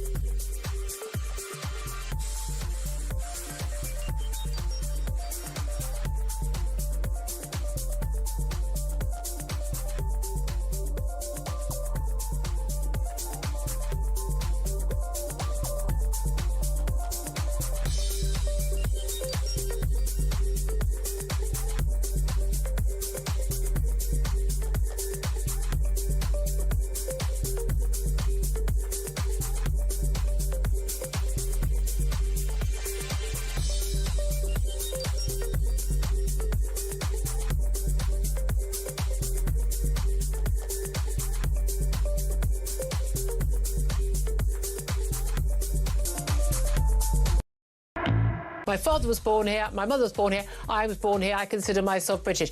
People with exactly the same credentials, but maybe their family came from the Caribbean or came from India, but they have lived here 2 or 3 generations. They shared language, values, beliefs, integrated, assimilated generations ago. Why is they having babies? Why is that a threat to this country? So, Julia, you are here acting as a mouthpiece for the regime that currently governs this country. Shut up, Charlie. You're embarrassing yourself. What you're saying is exactly the same thing I've been hearing from my... UK. On DAB+. On YouTube. On your mobile. And on your side. This is Talk. Yeah, it is talk. On that issue of flights, one comes in here from Wayne, says, on a flight to Singapore, we had a very sad incident of an elderly Asian man passing away in the middle of the night. We had the is there a doctor on board call. Now, I'm a bit of an aviation geek, so I'm fully aware that most long-haul flights have corpses cupboards, believe it or not. However, when I went to the toilet, I saw the family crying and the man that had passed away still sitting in his seat. I felt this was very sad and shocking, so I asked the flight attendant why they didn't use the cupboards. The flight attendant said it was already in use. Sorry, it's not really funny. So this poor family had to spend 6 hours sitting, eating and drinking in the middle row next to their dead loved one. Man alive. After speaking to the flight attendants, it is not uncommon for deaths to happen mid-flight. The saddest and most disturbing flight I've ever been on. I mean, it is sort of dark satire in the sense, I'm sorry, we've already got one in the cupboard. I mean, it's...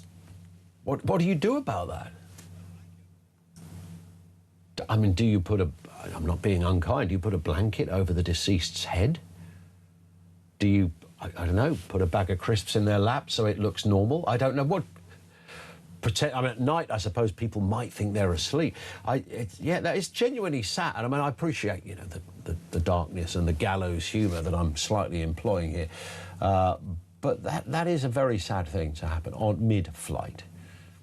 It's not the way I'd want to go. I guess it largely depends. I mean, if I was going to, I don't know, the Isle of Man or something, I'd be devastated. If I was off to Bermuda, I might take that. Robbie says, as an 18-year-old in the early 80s, I was accused of criminal damage on a Friday night. On the Saturday morning, I was in front of the magistrate. I got a bit gobby, so the magistrate refused bail, so I went to Brixton Prison. It was so full, they had 3 to a cell and had to throw a mattress onto the landings. I luckily got bail on Monday, and the charges were dropped. Glad to hear it, Robbie. We've turned his life around miraculously now. Let's get a word on the big issues of the day. Linda Jubilee, regular with us on the programme, is here. Morning to you, Linda. Good morning, Ian. And can I throw a little bit of light on that subject? Please do. Of the corpses on the aircraft, because sadly, I was on a transatlantic flight and a man died on board and they did put a blanket over him. Did they? Yes. Over his head? Yes. Well, you know, they're little. Those airline blankets are all very little. Yes. So it kind of went over his head, but his legs were exposed. Right. Yeah, so not over much of him at all, really, bar his head. No. Yeah, I mean, it's a... you know, what do you do? I didn't know about the corpse cupboards until Wayne just mentioned it on his message there. The special cupboards where you can put someone in. But I just think it's quite disturbing, isn't it? It's not disturbing in terms of your own safety. It's not like it's very sad. You know, there's someone, you know, most people, you speak to police officers who go their whole career without seeing a corpse. So the last place you want to see one is, you know, on a flight to Ibiza. But when you think about it, especially on long-haul flights, there are hundreds of people on board, and some of them are quite elderly. And flying does have its... My dad was an aviation engineer, and flying does have its hazards. And one of those, for example, people get DVTs unless they wear the compressive socks. Yeah. You know, they've got heart problems. They've got lots of problems. So it's not unexpected that, indeed, there is a corpse cupboard. Yes, it does. It does make sense, doesn't it? It's a thoroughly boring experience, really, isn't it? Flying. I mean, there's a bit of you. It's a bit like I don't know, jet washing a patio. It's good for one slab, and then you think, I wish I hadn't started this. And the same with a flight. For about 10 minutes, you know, oh, this is great. I'm nice and comfortable. I've got my music, and then you look at the clock and think, I've got 6 hours of this. But listen, it's the 21st century. We're not complaining about the beauty of air travel. We are complaining about the beauty of sea travel, however, and that's when 230 people can jump on a rubber dinghy. 230 people, which is the amount of people that would fit into a normal EasyJet flight, by the way, to bring that back in. So it's a massive amount of people on one boat. It clearly can't be safe. Quite how they got this thing through the streets of Calais onto, I mean, presumably it's in a box of some sort, but that wouldn't come in a cardboard box that the Amazon bloke would deliver, would it? I mean, that's massive. Yeah, absolutely. And I think one of these mega boats arrived a couple of weeks ago, and that took just short of 170 people. But the thing about these boats is that they are very, very unstable. Yeah. The bigger they are, the more unstable they are. Because if you imagine, right in the middle of that boat is a very unsafe place to be. And what I was hearing yesterday when this whole thing was being discussed was that one of the really, really heinous things that some of the traffickers are doing is they're pushing out little boats first as decoys to detract from the bigger boat, to get the bigger boat through. And of course, the little boats don't make it, and all those people just get thrown out and pulled back ashore again. So the traffickers definitely want these big boats to succeed. Yeah, absolutely right. I keep coming back to the same, and I know I sound like a stuck record here, Linda, but you know, if ever there was, even by the woeful standards of governments, and we have to include the last one in this, but particularly acute with a Labour government, because we know their heart's not really in this story in the same kind of way. They don't perceive this as a sort of humanitarian crisis in the same way that we would look at a famine in Ethiopia back in the day. So that's their sort of take on it. So they don't have the same levels of either incredulity or even anger that most right-minded people should have. But even by their standard, you might think Burnham would look at this and go, now that is the wake-up call. Yeah. So what I think here is that he's going to have to listen to this at some point, because if there is not an MP or a politician anywhere on the planet that refuses to listen to a prime issue for the voter. Yeah. Because if there's one thing they want, it's to be voted in next time. Now, I was very interested in what the previous caller, James, was saying, because he was saying he didn't. He believed this obviously is a very serious problem. He was disheartened because he didn't think there was a solution.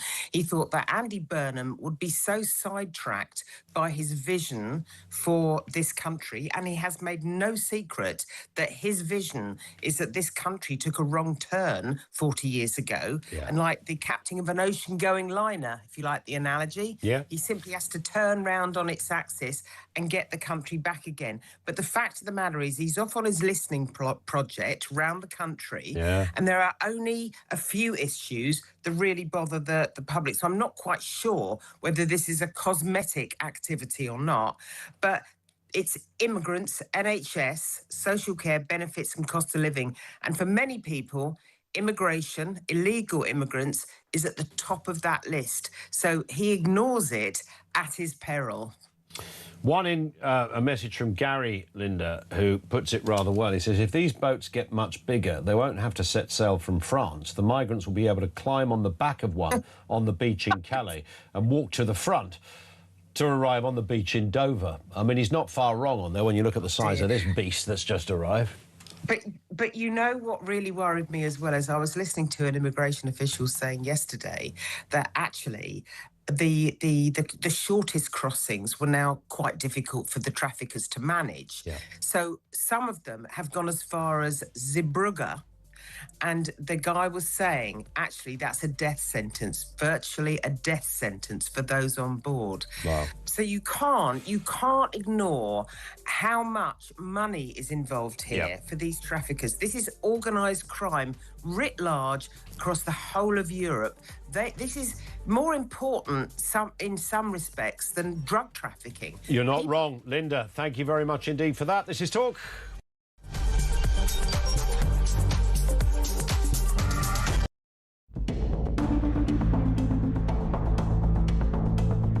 It is therefore my honour to declare that the duly elected leader of the Labour Party is Andy Burnham. Thank you, everybody. Thanks so much. I believe in all of you, and I am confident we can do it. Thank you very much. I have just come from Buckingham Palace, where I have accepted His Majesty the King's invitation to form a government. I know people at home are fed up with politics. I hear you, and I want to be honest with you. We have not been good enough, and we need to be better. We will be. This man has no mandate whatsoever. He didn't stand on the 2024 general election manifesto. You cannot make the biggest change in British politics in 40 years without a mandate from the British people, and it will be only decent, right and proper to call a general election on that issue and to do it now. Our fifth Prime Minister in 4 years. Blimey. And, well, look. I think Burnham has to walk a fine line. I think that's probably what's going on, because if he were to sweep into Downing Street and say, I'm going to change everything, I'm going to fix everything, I'm going to do things completely differently to Starmer, then people would say, hold on, mate, we need a general election in that case, because no one voted for that. No one voted for you to be Prime Minister. You weren't standing in the 2024 general election. We've never seen your manifesto. Who the hell are you? That's what people would be asking. Across the UK, on DAB+, on YouTube, on your mobile, and on your side. This is Talk.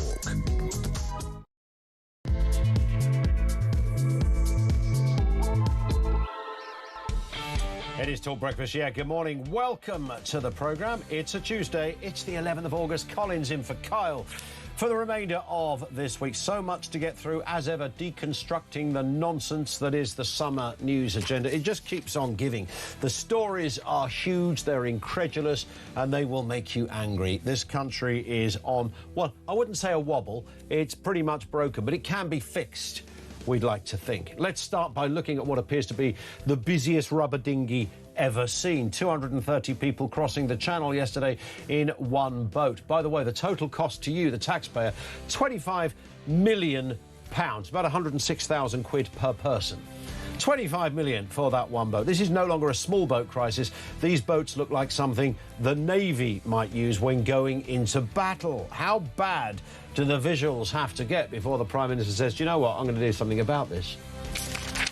I'll have some pork scratchings and then I'm off. Speaking of him, Andy Burnham has vowed to save the high streets that have been dominated by vape shops, bookies and rogue businesses. High streets ain't what they used to be. Remember, they used to be places not just of retail, but there was a community hub feel for locals and families to meet up, do a nice bit of shopping. But look at them now. How bad is your local high street? And do you recognise the vape-based description and the barbers of what's going on? Can the Prime Minister save them? Don't get too complacent about our Prime Minister, because this is the same man, not your saviour, by the way, who's about to raise, so we hear today, your taxes by 25 billion quid to fund his spending pledges. This is the sinister warning from the UK's top economists. A socialist Prime Minister raising taxes. Who would have thought it? Pensioners, apparently, could be in his sights. Where or who is going to get hit? And the flight that had to be cancelled because a kid wouldn't put their seatbelt on. They didn't just remove the one family, they actually grounded the whole flight because of the timings. It's never comfortable being at 30,000 feet when someone goes rogue. But if you've experienced the bad or bonkers behaviour of your fellow airline passenger, tell us more. 0344 499 1000. That's the number to get in touch, or leave a voice note. You can message us on 87222. David in sunny Preston. It's sunny everywhere today, by the way. I always mention Lerwick. I don't ever recall taking a call from Lerwick. It's part of the Shetland Isles.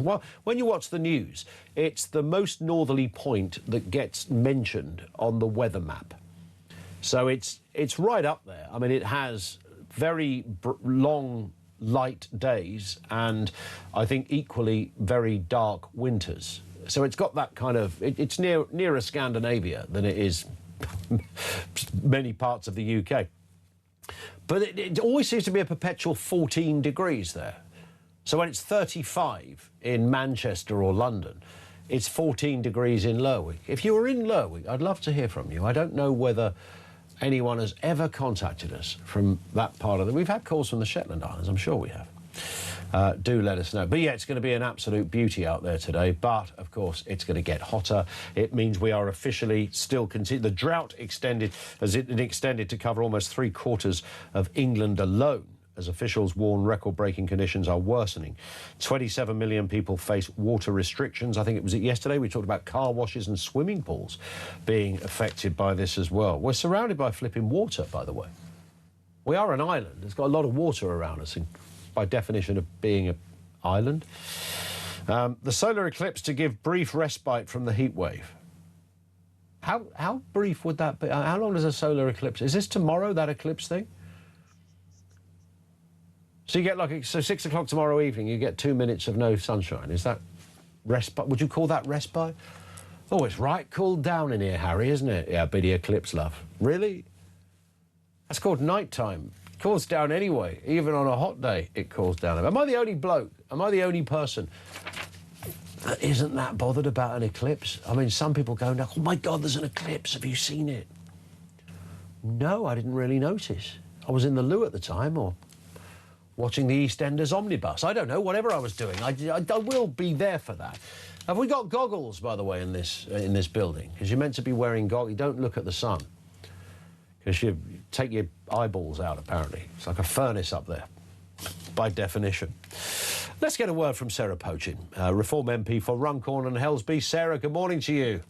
Good morning, Ian. How are you doing? I'm all right. Are you an eclipse? Are you one of those people that is, like, bowled over by the eclipse? I'm a little bit like you. I always seem to be in the wrong place. Yes. I never quite managed to see it.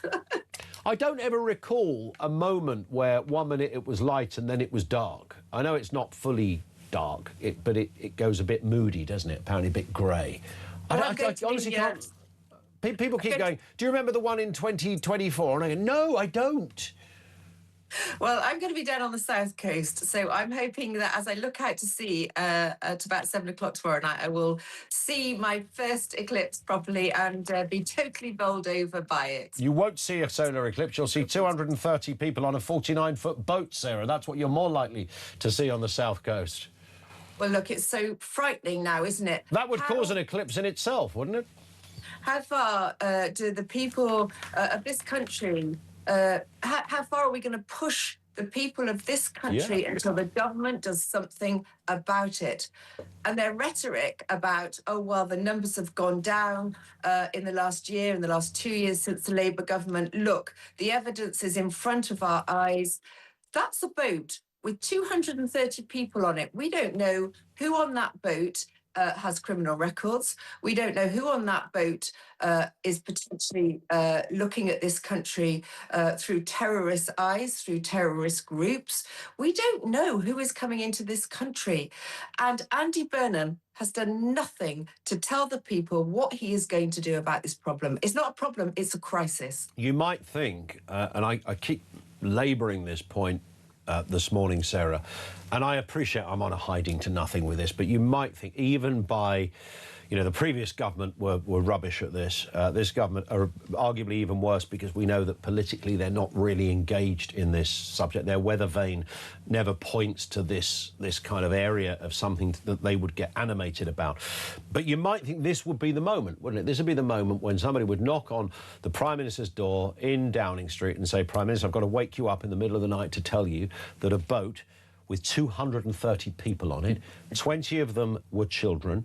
It was 50 feet long. It's so big they can't even fit it on the front page of The Sun. They've had to use the sports page on the back to show the entirety of the photograph. I think that's a tabloid first, and good work to them for doing it as well.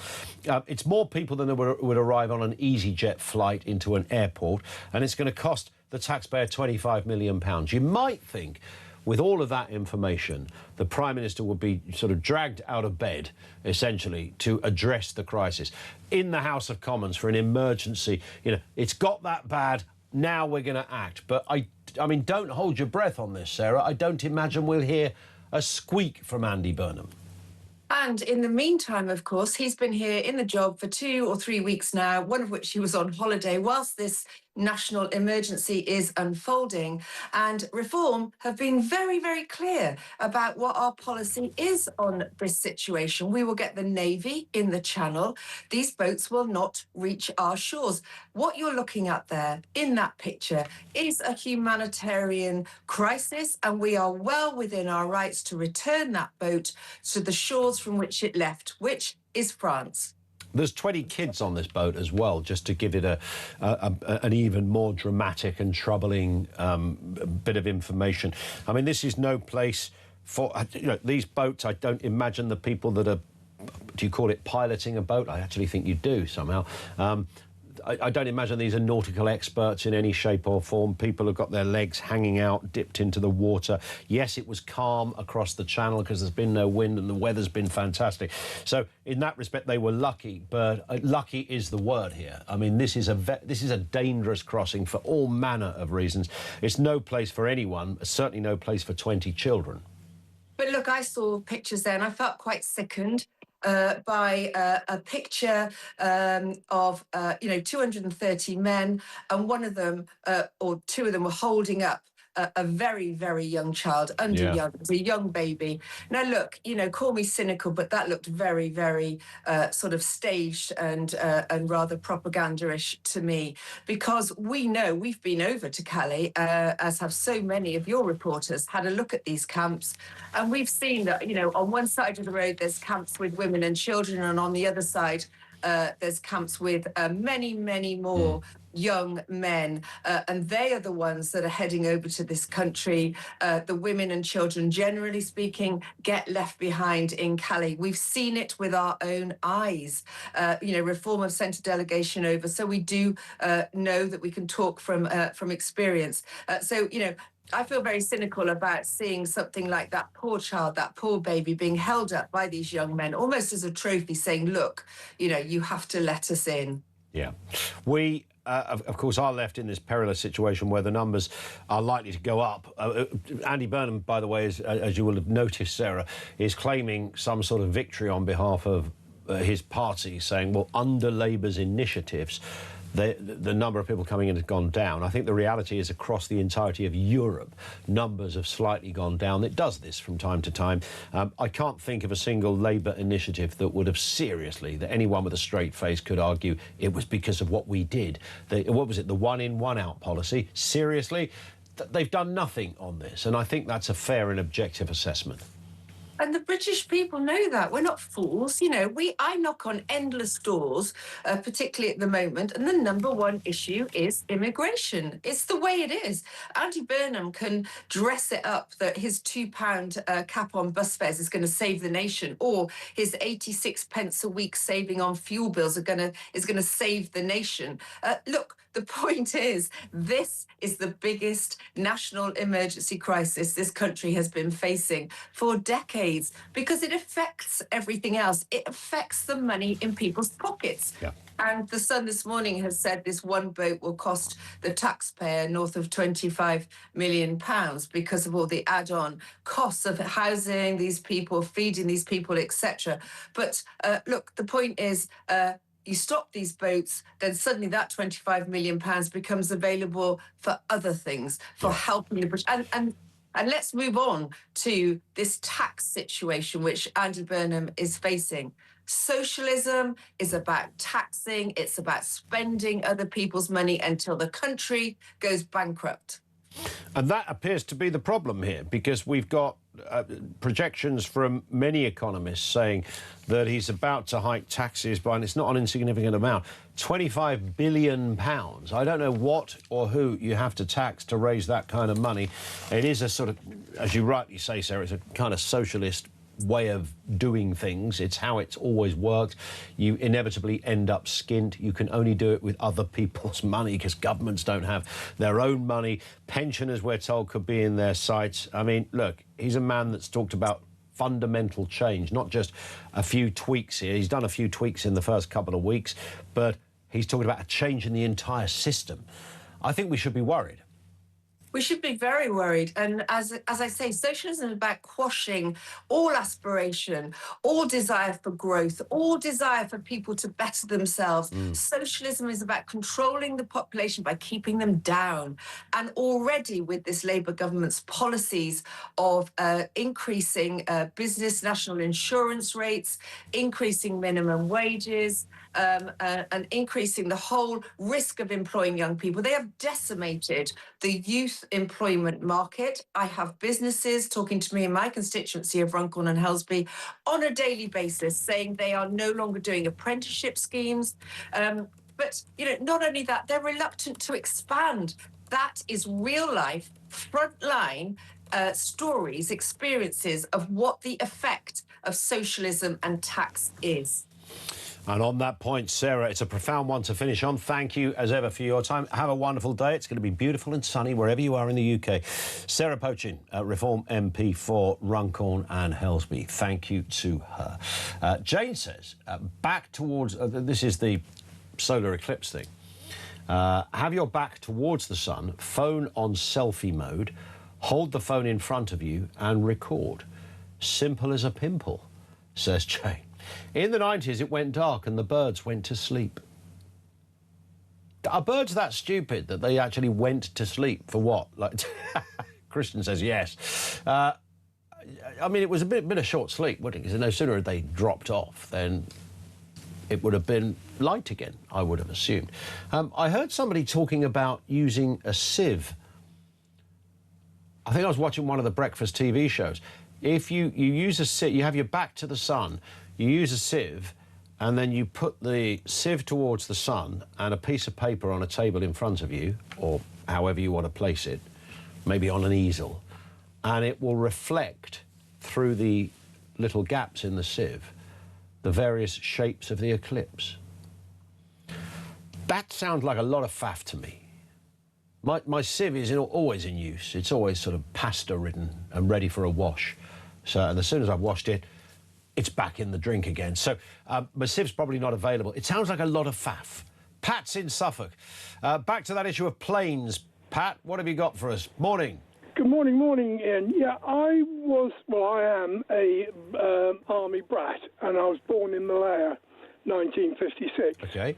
And when I returned to England as a 3-year-old boy, not an ancient boy, you know, when we weren't funny those days. But anyway, we were flying on a Comet, not the series that crashed, but Comet 2s. Anyway, I don't know this for a fact, but I was told this, so, you know, the noise of the jet engines was so loud. Don't forget, in those days, jet engines were all sort of very new and loud, and I refused to board. So what happened was my father asked the captain of the plane to shut the engines down while I boarded. So, you know, it's nothing new for youngsters to stop flights. Yeah. So, and you are evidence of this, Pat. Yeah. Well, I don't know for a fact, but I was always told this as a boy. You know, that sounds about right. Those things were clunky old beasts back then, weren't they? I said it's it's this BOAC, so it tells you how long. So I said it was the old Comets, the Comet 2s, you know, the Comet 1s were the ones that crashed, unfortunately. Yeah. But I said fun enough is Father got sent to Malaya on several occasions. In fact, at one stage he was actually with the Fed Army after they had gained their independence. But, but we had connections with Malaya. My grandfather was a rubber planter, and he spent the duration of the Japanese occupation in Changi Jail. Not you know, the film. That was the army. Okay. The actual civilians were kept in the actual prison itself. But not a pleasant experience, I would imagine. Well, basically, for the rest of his life, he had a lot of problems, health problems. Of course. I get it. Listen, Pat, I've got to run. Thank you for that. Great call from Pat in Suffolk. Thank you to him. Over to you, 0344 499 1000. Voice notes there as well on a variety of issues, whether it's boats or things in the sky, taxis going up, or what your high street looks like today compared to what it did look like about half an hour ago. Thoughts on all of that? Lines are open, 8:20. This is Talk.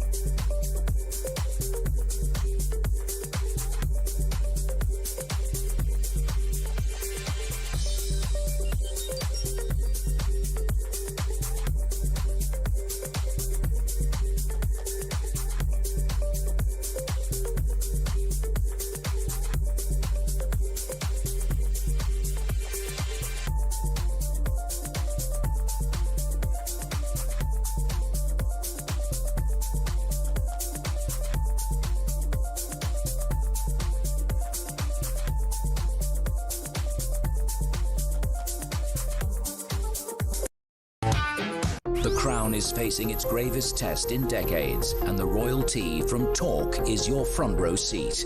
With royal reputations under pressure and probing questions about public trust, we unpack every twist and revelation with the biggest names in the business. From the throne room at Buckingham Palace to a mansion in Montecito, we follow every royal ripple. Never miss a moment of The Crown in crisis. Subscribe to The Royal Tea from Talk on the app or wherever you get your podcasts.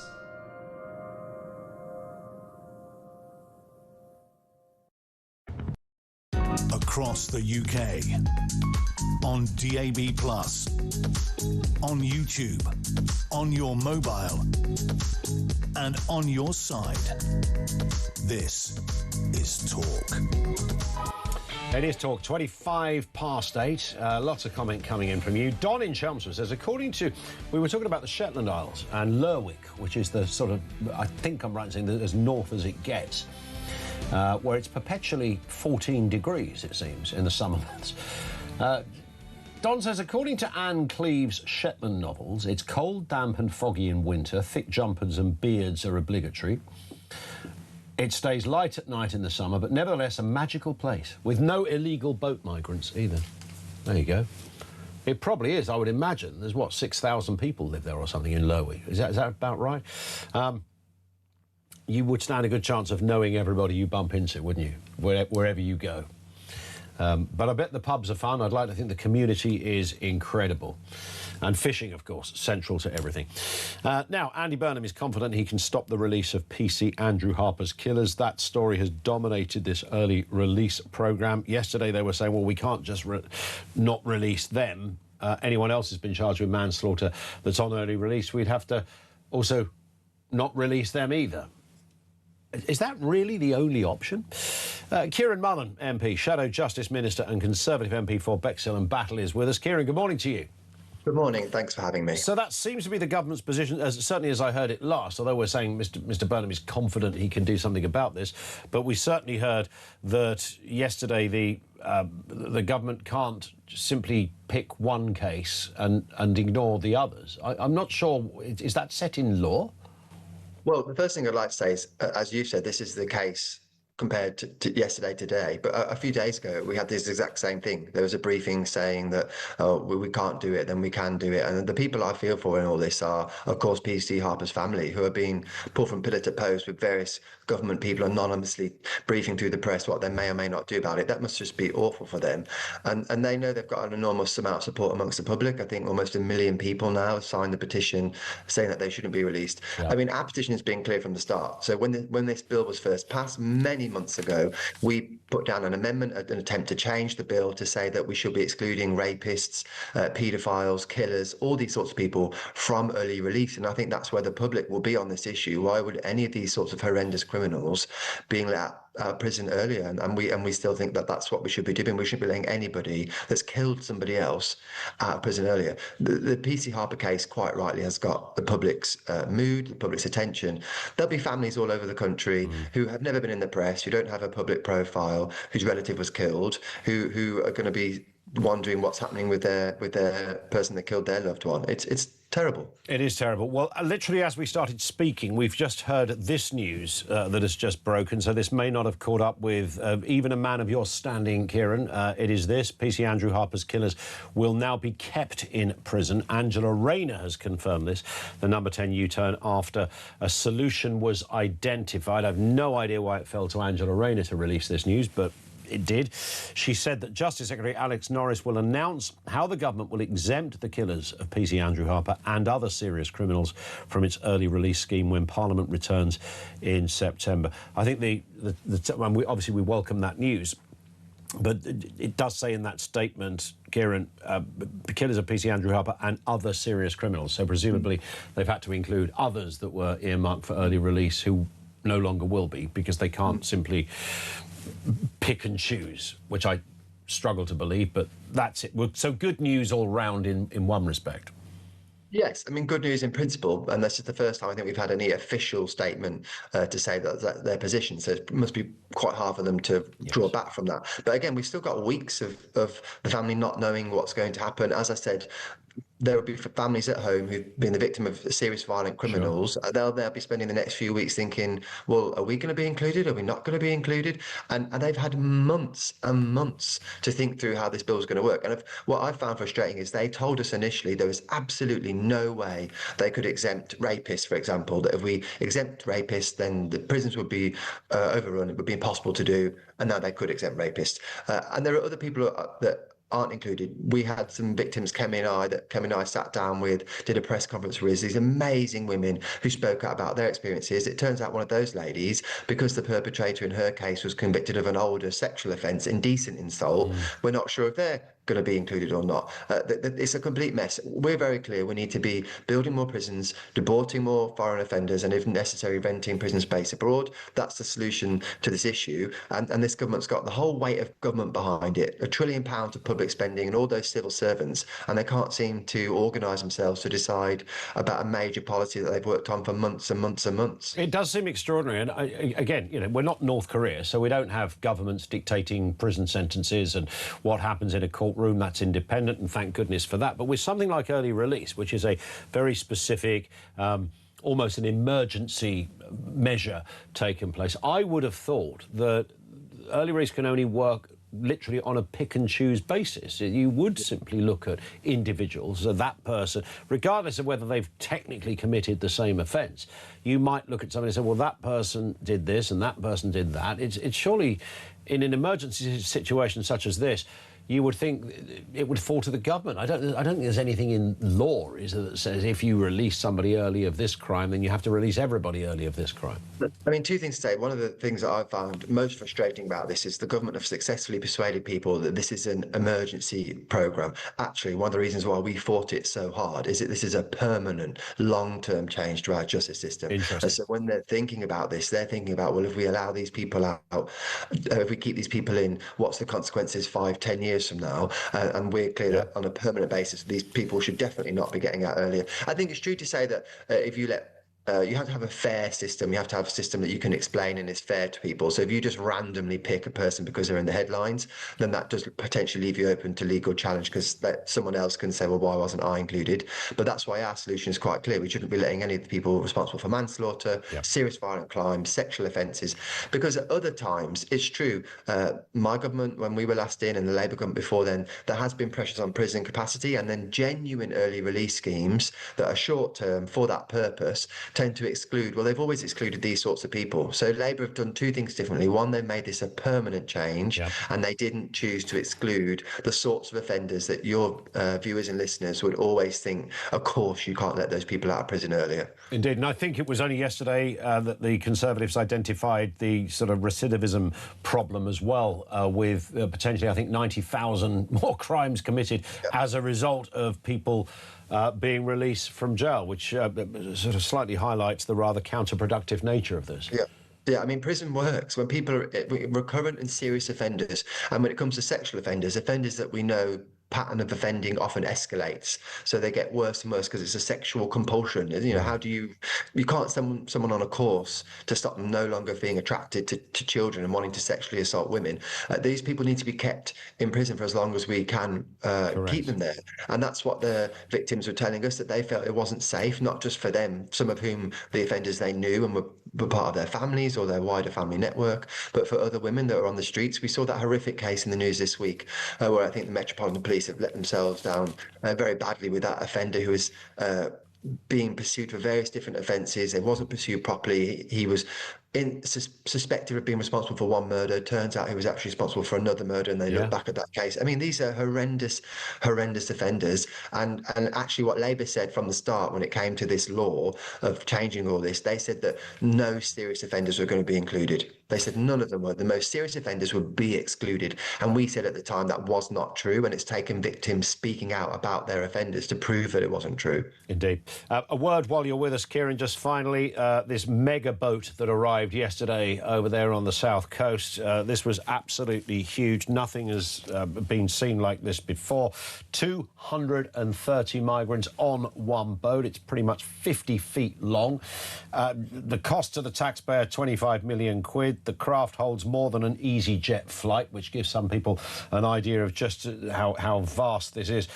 If the Prime Minister ever needed a wake-up call, surely this is it. Yeah. This all underlines the fact that what you need is a deterrent.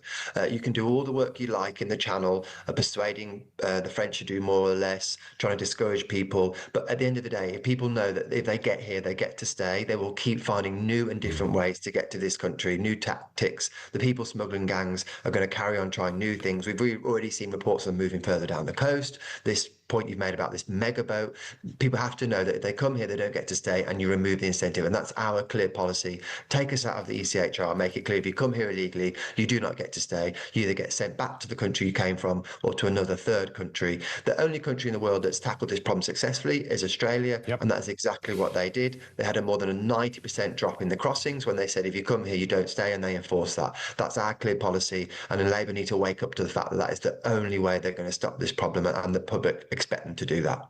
Kieran, thank you for your time. Kieran Mullen, MP, Shadow Justice Minister for the Conservatives, with us on the programme. Thank you to him.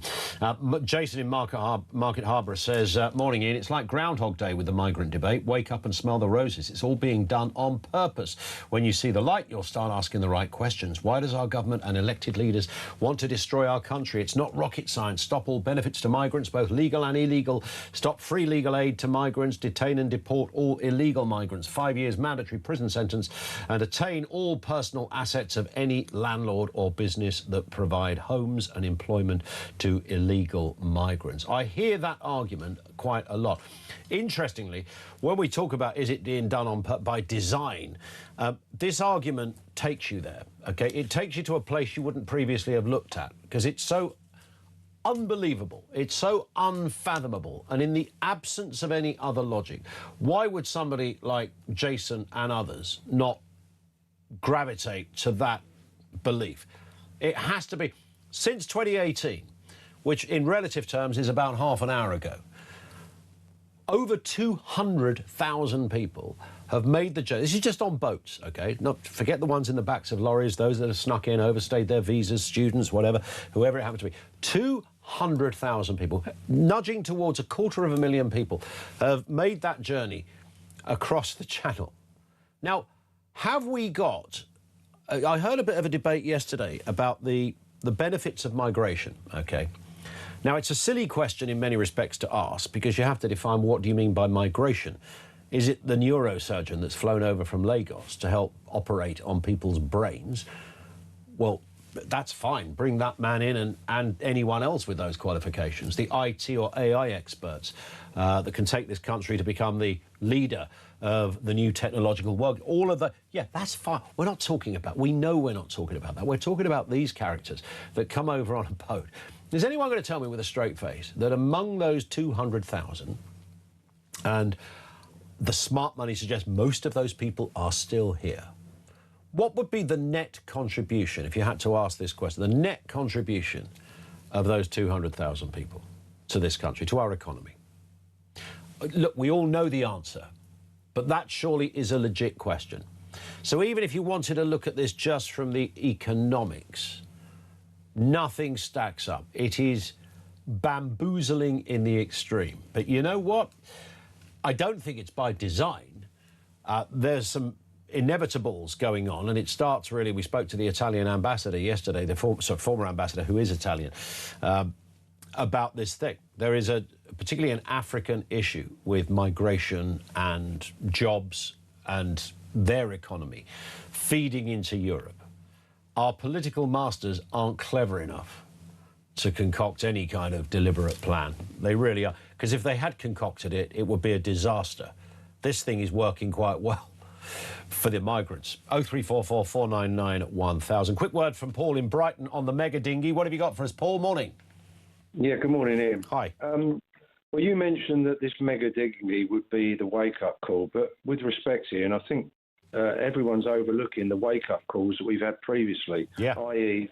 let's, for example, take that poor girl that was in the migrant hotel that was murdered a few months ago, stalked by one of the inmates, for want of a better term. I think a receptionist or something, wasn't she? Receptionist, correct.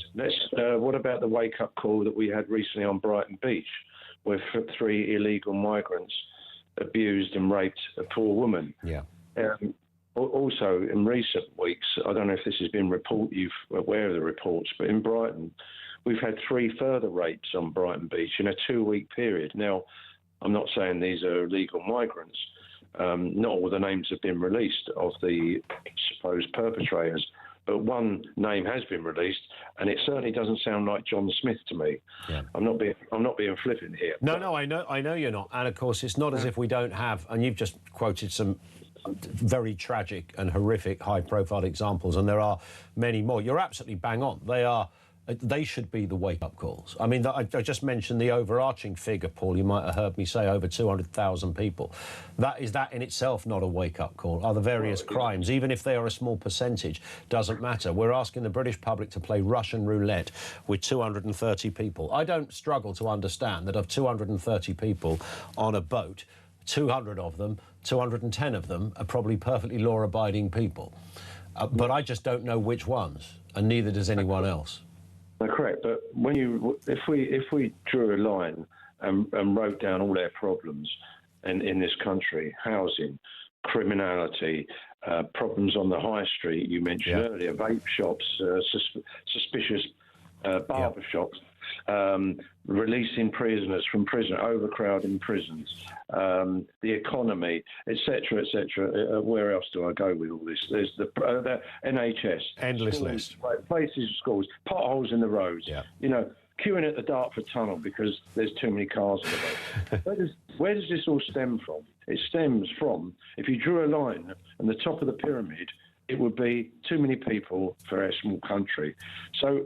I know you mentioned about the brain surgeon from Lagos, but I think, generally speaking, we don't need any more people in this country, regardless of their abilities. I think you are right. And when people use the argument, that you hear the left counter that argument by going, oh, actually, if you look at the square meterage of this country and the amount, it's not about that. It's about our economy and what it can survive and withstand, what our infrastructure can survive and withstand. And it can't survive and withstand that amount of people. We don't need the barber shops and the vape shops or the car washes. Not required, frankly.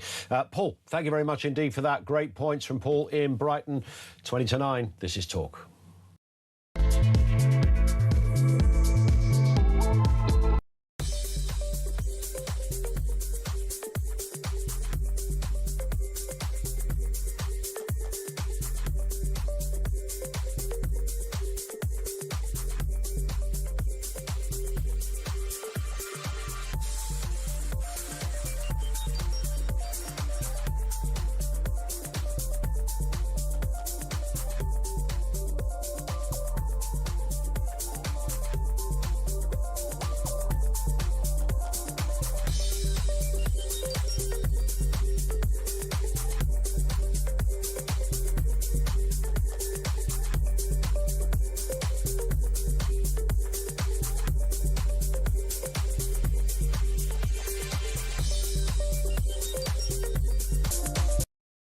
Across the UK, on DAB+, on YouTube, on your mobile, and on your side. This is Talk. It is Talk. Welcome back. You are joining us as that breaking news that PC Andrew Harper's killers will be kept in prison. Angela Rayner has confirmed this. I have no idea why it fell to the Housing Department to release this, but nonetheless, she's a senior minister in this government. Number 10's U-turn suggests a solution has been identified. It seems to me that the solution is that I think I'm right. I think I've got this right. They are legally obliged to, because they talked about other dangerous or perpetrators that have committed similar crimes, will also be kept in prison. So they can't just select one group of people who've been charged with a certain offence, in this case manslaughter, and not include the others. So if you release one group, you've got to release all of them. I don't know why. Surely early release by definition is on a case-by-case basis, I would have thought. Peter Bleksley joins us, former Met detective, big regular on the programme. Peter, good morning to you. Obviously, this is welcome news. There's obviously a few caveats in there which we've yet to hear too much about. But broadly speaking, thank goodness for common sense. And why did it take this long? Well, yes, I suppose we can take some crumbs of comfort from this news. But the absolute reality is these offenders, all three of them, including the driver who got 16 years, as opposed to these two who got 13 years, were handed down lamentably lenient, pathetic sentences. They should have got a lot longer, and then we wouldn't have been having this debate raging for the last couple of weeks. But unfortunately, we're in the position that is put in front of us, and at least the government have finally, I think probably at the expense of many, many other people convicted of manslaughter who now will not be subject to early release. But the government had to do something. The strength of public opinion was overwhelming. Do we know what this early release looks like on paper? I've never really considered what the timeline is on this. I mean, is it early release because you're released 3 months early than you would have been? Is it early release because you're being released a couple of years before you should have been? Do we know any details on that, Peter? Once upon a time, not so many years ago, people would serve 2/3 of their sentences, generally speaking, before they would become eligible for parole. And if they went in front of a parole board, then they deemed them as safe to go back into the public, onto the streets, then they'd be released. Then, of course, that's been watered down. Then it became half. And now, under the Sentencing Act, which comes into force in September, you can be released after as little as 40% of your sentence or 30%. So there has been a gradual weakening of the strength of our criminal justice system now that it's become almost farcical.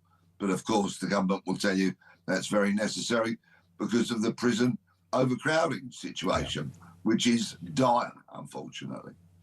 It really is. No real solution in sight, it seems. And we just spoke to the Conservative shadow Justice Minister, Peter, who said that this was not a temporary initiative, the early release, but a permanent one. So we are forever, at least for the foreseeable, going to be in this same dubious and suspicious place where people who've done very bad things are let out of jail early. Yes, it's on the statute book. It's law. So in that regard, it will be with us until such time as we get a government that's got a spine that is courageous enough to repeal the Act and replace it with something whereby the sentences that people get will be the sentences that people serve. And I think that's what the public is craving, because it's just farcical, the situation at the moment. When somebody stands in front of a judge who asks them to stand up and hands down the sentence, it bears no resemblance whatsoever to the amount of time that they will actually spend behind bars. It really is beyond a joke. And somebody really needs to grip this. But of course, that's only going to be done when we've got sufficient prison space to lock people up for the sentences they deserve. Or perhaps we have a different type of government, say, for example, Reform, and their announcement yesterday to send people to El Salvador, foreign prisoners, if they can't be returned to their home country, if something like that ever came to pass. We need a revolution in the criminal justice system, all of it, from policing at the front line through to the CPS, through to the courts, the prisons and probation, because quite frankly, none of it is operating like it should do. Bang on. Peter, thank you. We'll speak again very, very soon. In fact, is Peter in with us tomorrow? He possibly is. I think so. Right here on Talk. Peter Bleksley, former Met detective. Thank you to him. In response to that breaking news, PC Andrew Harper's killers will be kept in prison. Angela Rayner has confirmed this. It's a number 10 U-turn after a solution was identified. That is the direct quote from Rayner's office. A solution has been identified, which sounds like select one or two cases and not the others. I have no idea how that works, because the early release programme is, as I see it, a government decision as distinct from a court decision, which is where sentencing is obviously originally happens, and governments don't get involved in that. So this is sort of meant to be emergency measures. There is, I'm sure, an explanation, don't know what it is. Ivor in Chelmsford said, tell me what's wrong with this plan. This is back to the small boats, or now big boats, bloody big boats as well. Tell me what's wrong with this, says Ivor. As soon as the dinghy rocks up, the driver is arrested, charged with a criminal offence and imprisoned for a couple of years. What's more, the dinghy is confiscated, deflated and stored. Yes, there are still the passengers to be processed, but if the gang's drivers are collared, the traffic will soon stop. You don't hear much about that, do you? Who's the bloke running or driving the dinghy? Now, when there were just 7 of them in these things, and if you go back to, as I mentioned, the figures a little earlier, you haven't got to go back that far to realise that it was 2018 when you'd have, in fact, in 2018, 299 people in the year crossed the channel. And that steadily went up and up and up and up, and then we got to 2022, where nearly 46,000 suddenly arrived. Something happened at that time, and it's steadily gone in similar directions, down to 29,000 in 2023 at the moment. It's 15,000 this early in August. Labour are claiming that as a victory. What about the people that, the person that pilots the boat, for God's sake? Isn't that the first person you'd nab? Surely. You might think so. Or do they just drop off, you know, like a kind of, like a park and ride? Is that how that... Is that how it works? You just do a U-E and go, see you later, and then come back with another lot? I mean, surely they don't allow that to happen, although in the world of insanity we currently live in, I wouldn't be surprised. It's 10 to 9. Let's get some sports news. 90 minutes in 90 seconds. From The Sun. And joining us, Dan King, Chelsea correspondent over there at The Sun. Dan, morning to you. Morning. FIFA not escaping the headlines again. What's the latest? Well, the latest is that the heads of 3 of the confederations, CONCACAF, which is Central and Northern America, Europe and Asia, have done an open letter basically calling on Infantino again to resign, saying there's no way back for you. And behind the scenes, we're also told that those 3 confederations are pressing ahead with looking at plans to run their own competitions if FIFA don't bow to their demands, because UEFA made certain demands. They said, look, our nations and clubs will boycott your competitions until certain things happen, and those related to the abandonment of these proposals to sell off the World Cup and so on. But they also involved a change in leadership, and specifically the removal of Infantino as president. But at the moment, he is clinging on by his fingertips. Clinging on indeed. And there is a rather grim stat, isn't there, as I understand it, Dan? We can look at all the big countries that are, right at the forefront of football prowess and success, and I'm talking about mostly European countries. I think that's a fair assessment, whether you're looking at even us and France, Germany, Spain, Italy, and all the rest of it. Not all of those countries have had great years of late, but you take the point. All of those people very vocal about it, all the different football associations very vocal about it, but of course, for every one of us lot over the continent of Europe, there's a lot of African nations, a lot of Middle East nations that don't have this same view, and there's more of them than there are of us. Well, it's also, and you also have to remember that, don't forget that Mexico and Argentina, the 3-time world champions, have also come out in favour of Infantino. So it's not quite as divide as that, but it's always been the case, not just with FIFA, but also with any confederation, that presidents rule by getting enough votes from their member associations. And if you are handing out big sums of money for football development to African country, Asian country, wherever it may be, then you're likely to garner their vote. And I mean, I don't know whether this will be the kiss of death from or not, but the fact that Mr. Trump has now come out in favour of Infantino, maybe that will actually be a destabilising thing for him. But whether you're Trump or whether you're Infantino, you stay in power as long as there are people around in whose interest it is for you to stay in power. And Infantino will be there until we reach a tipping point where those people who've been propping him up decide, do you know what?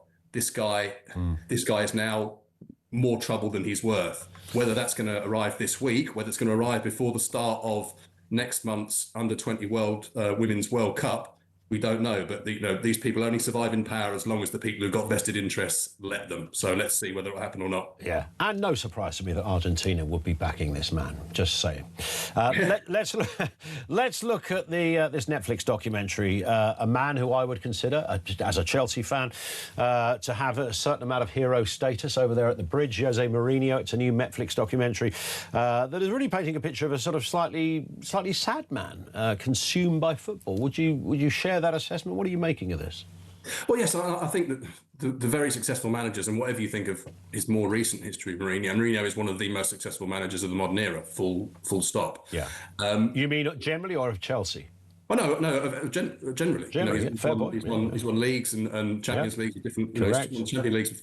All over the place. Both with Inter Milan and with don't forget Porto, winning the Champions League with Porto. Porto, yeah. That's mental. Yeah. Let's face it. Yeah, how did that happen? You forget about that, don't well, you? Exactly. So he's a great manager, but I think all these guys, and they're all very different personalities, but what they share, Ferguson, Guardiola, Conte, another one of your ex-Chelsea managers, you can't be a success at the very top level unless you are absolutely obsessed with it, unless it is your entire life, and that perhaps you devote almost too much of yourself to it. And I think what's been sad for Chelsea fans, perhaps in particular over recent years, is to see him being not so successful and some of the kind of spikiness that he had, which forged that kind of siege mentality at Stamford Bridge and really helped them become winners. That's become almost the kind of dominant side of his personality, and that there's a feeling that he's been left behind as a coach now, and that he's relying more on his almost kind of shock tactics than anything else. But he's got another chance at Real Madrid, so let's see how he handles that. But I think it's slightly sad, but it's quite a lonely world whether you're a top athlete or a top 100%, coach. yeah, 100%. It has to be your life, otherwise you're not successful. Well, when we're watching football, we're watching our team, and of course it's not been a good run, or it's not a particularly good game. Obviously, there's insults thrown out, and Cambridge Barnet on Saturday. I can tell you that was one. That was not a very good game. Cambridge Barnet. Wow, there's a fixture. How were you there? Yeah, Carabao Cup first round. Of course. West Ham had a win though, didn't they, on Saturday? Every cloud and all that. I look at Chelsea. Funny enough, I was in a clothes shop yesterday and I had a conversation with the bloke in the shop who was a Brighton manager, who he said, "Who do you support?" And I said, "Chelsea." And he went, "Oh, I hate Chelsea. I hate Chelsea with a passion. Hate Chelsea." And I thought, all right, mate, steady on. He's trying to sell me a pair of jeans, this fella. He's not doing very well. Anyway, and I was looking back at Chelsea, and it's always been a bit checkered over the last few years. And, this last season was horrible. And, there was a lot of sort of mid-table dalliances, as you remember, of course. And then, it finished a little better than some thought. Can Chelsea pull it straight this season? Is there anything they're going to pull out the bag? We've only got 20 seconds on this, if we could, Dan. Can they make it work? They can. I think they need to sell some more players because their squad is too big. True. But I think there have been some encouraging signs on the pre-season tour, others not so encouraging. But if you look at Manchester United last season, where they only played 40 matches, so that's their 38 league games plus 2 cup games. Yep. Chelsea not in Europe. Alonso will have time on the training ground every week to drill in what he wants from them. They've got the squad. They should have the squad to make a real good challenge for the Champions League places. Not for the league, I don't think, but for the Champions League places, definitely. Yeah, and it's always worth remembering, a little factoid for Chelsea fans who are moaning about Alonso and others, that Glenn Hoddle was once our manager. So there you go.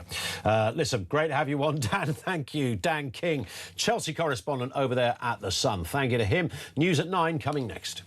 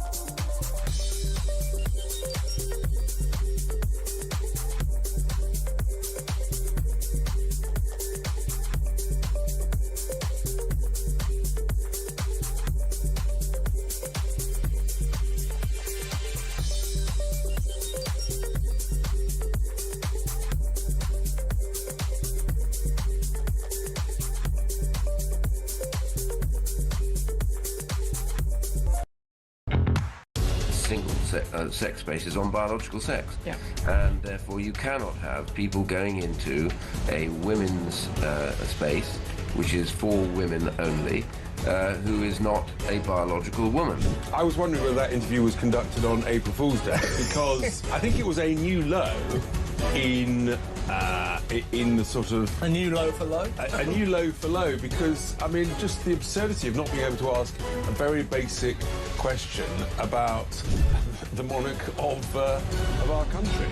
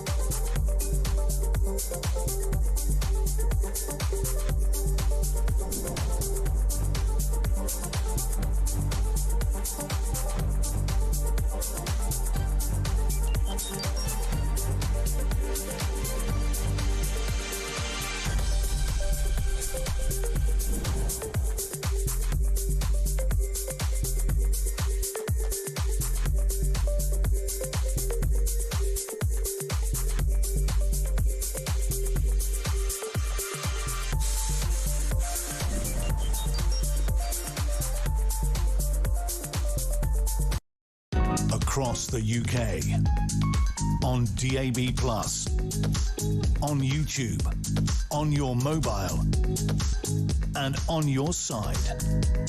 This is Talk.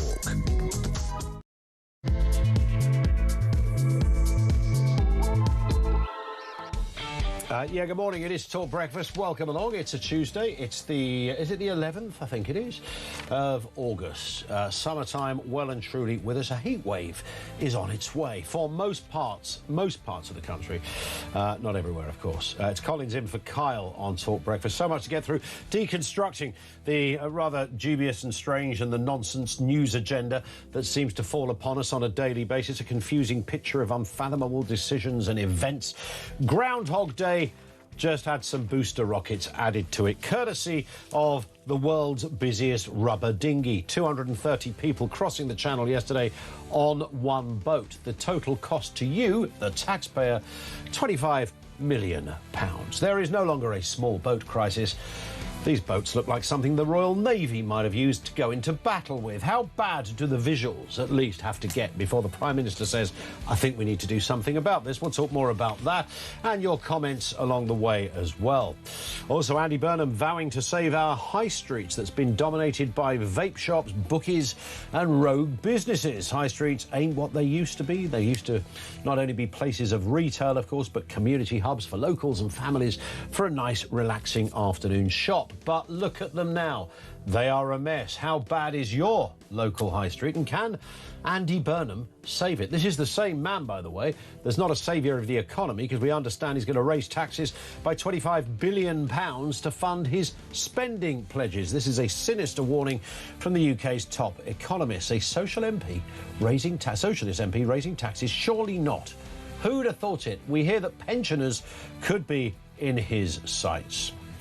And the flight that had to be cancelled because a kid wouldn't put its seatbelt on. They didn't just remove the one family, they grounded the whole flight due to the timetable of takeoff. It's never a comfortable moment when someone goes rogue at 30,000 feet, but if you've been there, the bad and the bonkers behaviour you've seen up in the air, we're all ears at this end. Same number, and you can message 87222. Interesting one from Rach in Wales, who says, morning in, at the risk of sounding controversial, I have a question. Is nothing being done about illegals because it's predominantly men arriving in boats? Is there an apathy for men in this country because the threat is not against them, but against women and girls? It's not the general public who are at threat, it's women and girls. The attitude towards women's safety is continually raising its ugly head, and this is just one example. Yeah, and I say this, I mean, again, in the absence of another explanation, it's one of many strands that could be introduced on this. We spoke a little about this yesterday, but I bring this up quite often. Look, yesterday, 230 migrants on a boat. I have no trouble in understanding that 220 of them, maybe 225 of the 230, perfectly reasonable people that thought, well, I currently live in Eritrea, it's a bit rubbish there, I quite fancy the UK, and I'm sure they're not going to harm anyone or do anything illegal. But 5 or 10 might. And we don't know which 5 or 10. So we're being asked to play a sort of Russian, a crude and dangerous Russian roulette with the lives of British people, and as Rach in Wales identifies, mostly women. We're playing Russian roulette in that respect. And again, what does it take for Andy Burnham to go, now I can see the problem? You might think a boat this big, it's 50 feet long, by the way, it's as big as an EasyJet aircraft and as busy. You might think that would be the point when even somebody with a kind of a left-wing view of immigration would look at the story and say, yeah, that's probably now the tipping point. But actually, there's been many tipping points before then. I could talk about the nearly 250,000 people since 2018 that have made their way illegally into this country. That would be the headline itself. The point that Rach just made, the amount of assaults, it may well, whether it's a smaller number, as a percentage and all, we get that, we all understand that. But surely there's a point when you say, how many people have to go to jail? People who arrived in small boats before we say, look, given we don't know who these people are, and so often not even where they came from, that might be the tipping point. The fact that a percentage are often from Iran, a country that we are sort of at war with, tacitly or otherwise, that might be coming from the country that is the greatest exporter of state terrorism, that might be the tipping point. There's loads of them out there. It's not hard to see the problem. But if you are a government minister, Conservative, and now Labour, where I genuinely think it's worse, then I don't think you do see it. I think you see something else before you see any of those headlines. Isabel Oakeshott is with us, Talks International editor. Isabel, good morning to you. Good morning. Well, I'm absolutely fascinated by how this problem is evolving. I mean, it's a real crisis. And I heard you asking earlier on, one of our contributors was saying, well, why don't they just arrest the people in charge of the boat? And actually, I know a lot about this. I won't be telling you all about it today, but it is certainly something they're trying to do. But as always, the smugglers are kind of more than one step ahead of the authorities on this. And let's just say that there are multiple people, in quotes, in charge of these vessels. Most of them don't have even the most basic understanding of how the boats work. Which is why they routinely needs to be rescued. And there are various disguises worn to make it very difficult to identify for the authorities who is actually in any position of authority on the vessel. It is highly organised, this whole system, and we routinely see pictures of absolute chaos of people fighting to get on the boats, and in that moment it is chaotic. But make no mistake, the smugglers know exactly who is on board, by which I mean they don't know the background of each of these individuals, but they certainly know who is supposed to be on which boat and whether or not they've paid, whether in cash or in services promised at the other end. So it's not chaotic at all, apart from at that point of boarding.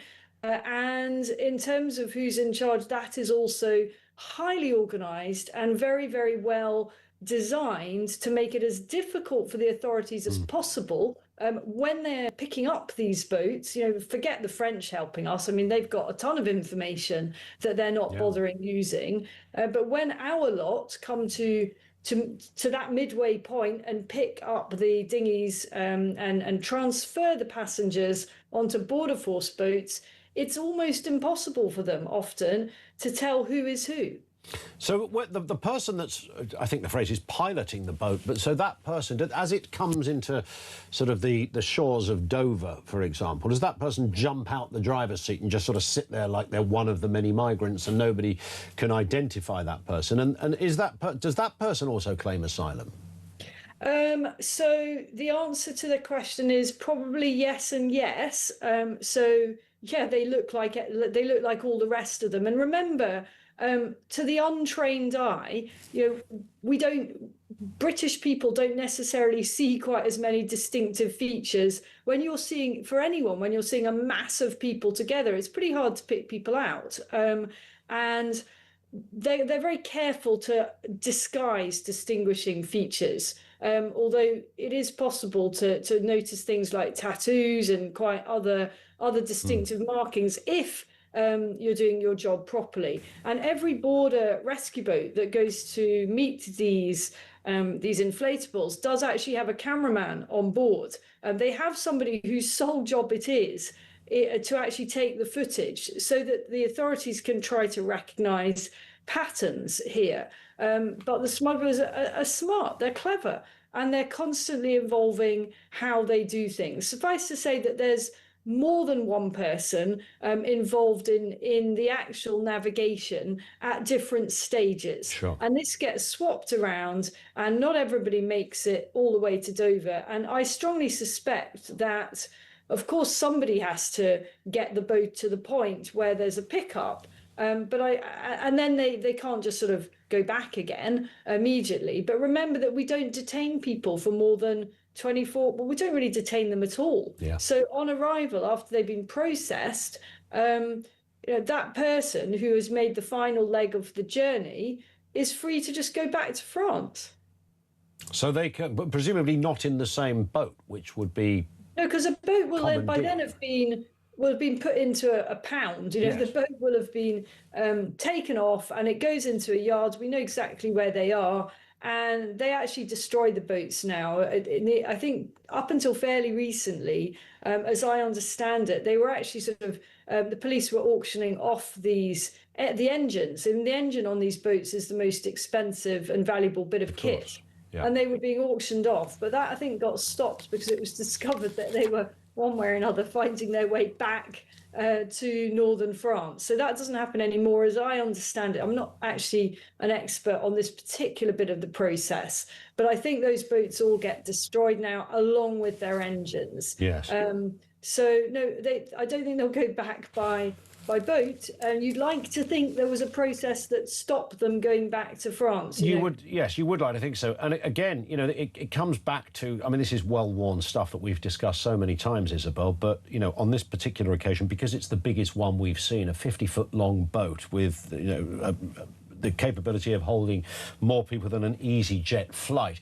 You might have thought somebody had seen this thing at the other end when it left. I mean, it's pretty big. I don't know how you can transport it even before it's inflated. It's not the sort of thing that arrives in one of those little Amazon boxes at your front door. It would require quite some bit of kit to blow the thing up. I doubt whether they did that with their own lips. So again, it just feeds into that curious and incredulous situation of how did nobody spot this? Well, of course they spotted it. Yeah. You know, they know exactly where these departure points are. They're pretty much always out in force ahead of a significant departure, and that's for a departure of 80 people, not 230. Yep. So I'm certain the French authorities, they will have had their spotter plane above, and they will have had multiple search and rescue vessels on the beach, search and rescue teams ready to go. They will have had search and rescue in the water around that launch. But what they do is facilitate it. Yeah. And this is what I find so hard to understand. And I know so many of our listeners are utterly exasperated and bewildered by. How is it that we continue giving the French any money at all? Why would wouldn't you just stop the checks if you were the British government? You say, well, look, whatever we're paying you for is clearly not working. They're literally facilitating it. Yeah. And there are very simple things that could be done. And I've spoken about this time and again. The whole setup relies very heavily on free public transport around the coast. If the French police just stopped allowing groups of migrants to travel for free from one departure point to the other, then it all becomes much more difficult, because although the distances aren't huge by road or by train, they are very long way on foot. You are talking 10s, 20s, 30s, 40 miles. And it then becomes logistically much more difficult, because the smugglers quite often change departure points at fairly short notice. That works if you can just hop on a bus to the next sort of nearest location. It doesn't work if you've got to walk 20 miles with bad shoes. So again, that is such a simple thing that our authorities could just demand of the French, look, guys, okay, we'll carry on working with you and we'll carry on giving you British taxpayers money, but for goodness sake, stop the free transport. That's a simple thing. It's not a difficult ask. You could implement that this afternoon. Literally this afternoon, the French police could do that. The French government could do that. And it would make a massive difference. Yeah, it would be interesting to see that in real time, those numbers alter as a result of something rather simple about that. Isabel, just a final point on this. Do you have any intel on, I mean, Reform, of course, is talking about using the Royal Navy. They've been criticised for this by the good and the great, and particularly Labour, saying, well, look, firstly, the Royal Navy don't really have any maritime infrastructure in any way that would alleviate this problem. It can't work. That seems to be I mean, people are often great at saying it can't work without explaining why they think it can't work, but have Reform explain how it would work. Well, I think this is one of the reasons we are where we are, because the left and critics of any party don't even necessarily need to be on the left. Whenever anybody comes up with any solution to this scheme, they all start saying, oh no, it's impossible, don't be so stupid, have you looked at this law, have you looked at that law? What is needed to solve this is, on the British side, is political will and determination. Of course, that doesn't get you everywhere. Actually, just wanting to solve the problem doesn't necessarily mean you do solve the problem, but it's a pretty good starting point, and we actually haven't been in that position since Rishi Sunak's Rwanda scheme, much derided, which is the right sort of idea, but poorly executed. So I don't really have time for people that carp from the sidelines, from positions of zero knowledge about the mechanics of this whole racket. And surprisingly few people understand from the inside how this works. It's not enough to go to Calais and just hang around the beach and take photographs of people leaving. To understand it, to cast right back to the beginning of this last period of the journeys that have begun in sub-Saharan Africa, in many cases, involves an awful lot more work than just standing on a beach and taking photographs, though that's also great and valuable stuff to do. And it certainly involves more work than going, as Andy Burnham did, down to Dover and standing next to a dinghy. So how about we listen to people who've actually really properly tracked what is the process from A to B, A being Northern France, B being Britain, and start implementing the simplest solutions to begin with before we get too fancy about what else we can do. This is a layered approach. Of course, stopping the boats is the ultimate thing. You know, they should be turned back, returned, or else the minute people get to the UK, this is something we 100% can do. We don't need anyone else's cooperation to detain at that point. Detain. You don't just let people melt into the community. But how about we also pretty much declare war, I don't mean military war, on the French? How about we get tough with them, to put it another way, and say, listen, not a penny more. And by the way, we want some of our money back until you start doing the basics. And it all sounds fair enough. Of course, fair enough, logic and common sense do tend to go out of the window once they reach the centre point of power, i.e. Westminster and Downing Street. Very briefly, if we could, Isabel, that breaking news in the last half an hour, PC Andrew Harper's killers will be kept in prison. This was announced by Angela Rayner. Quite why it fell to the Housing Secretary, I've no idea, but I guess summer recess and all the rest of it, that's fine. A U-turn was made after a solution was identified. Naturally, we welcome this news. I sense there are a few caveats in there as well about other people who won't be released. I love the way they put this, after a solution was identified, like ... not letting him out. Yes, I mean, it's not really a complicated one, that we one, decided is it? not to open the door of the prison. Yeah, that's my kind of solution here. Yeah. It's a really simple one. This is the right thing to do, and if it means that a bunch of other people who've committed the same category of crime also can't be let out earlier, well, yay. You know, sorry for them that they've suddenly thought they were going to get early release and they're not. But the British voter, the taxpayer, members of the public will be very glad that people are having to serve a bit more of the sentences that they were originally given. It's just become ridiculous, hasn't it? When people get a big number of a sentence, and it was never big enough in the first place on this one, and then it ends up being a fraction. You know, not 2/3, as Peter Bleksley was saying, used to be the case, but maybe half or less than half. I don't think that is where people's minds are at, where the voters' minds are at, and there's got to be other solutions to our overcrowded jail crisis. We've talked about this all week, haven't we? Than just opening the doors. There's got to be, in the words of this government, a solution, another solution found. Yeah, well, I mean, it's very obvious stuff in life. People coming over the channel on a rubber boat and highly dangerous criminals being kept inside, not outside. All very simple stuff. You might think at this point in the 21st century we'd have got this kind of stuff worked out. Apparently not. It's all too tricky. Listen, Isabel, thank you as ever. Have a great day. Isabel Oakeshott with us here on Talk. Let's get some comment on the boat crossings. Kate's in Shoreham. Morning, Kate. What have you got for us? Oh, hello. Thank you, Ian. Well, what I would like to know, they're saying that the number of boats are down, but how about the number of illegal immigrants? Because if the boats are now 4 or 5 times bigger, carrying 4 or 5 times the amount of people, then I'd like to know what the figures are year on year for July, because they're celebrating the fact the boats are down, but that doesn't mean to say the number of people in the boat. That's very true. I think across Europe, and of course, naturally, Southern Europe takes the hit first because that's where people come in from. Generally speaking, whether in Greece, Italy, Spain, obvious areas where people enter the continent, as it were, people are down in coming over. Right. So that would obviously feed through.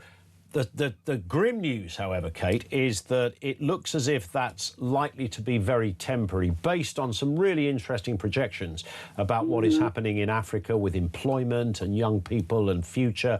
There's likely to be, you know, one man told us yesterday, 2 million displaced Africans over the coming years that will want somewhere to go.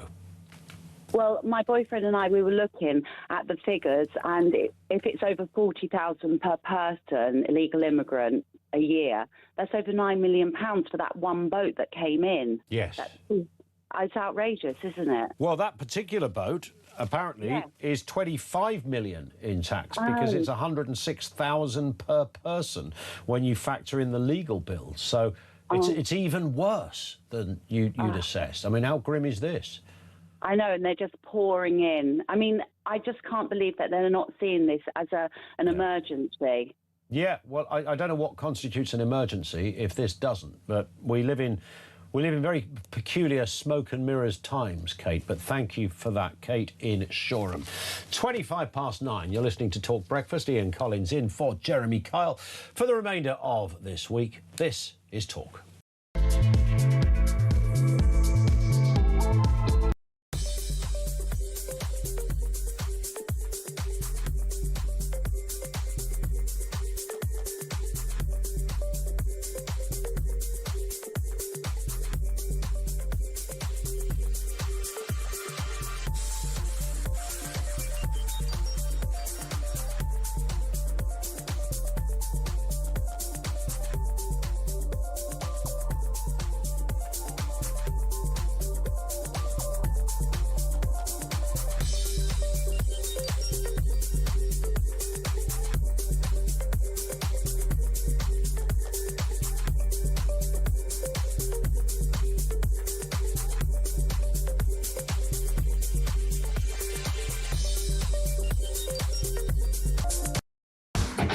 Should council staff who don't follow the law be sacked, and should councillors who urge them not to lose their roles and lose the whip?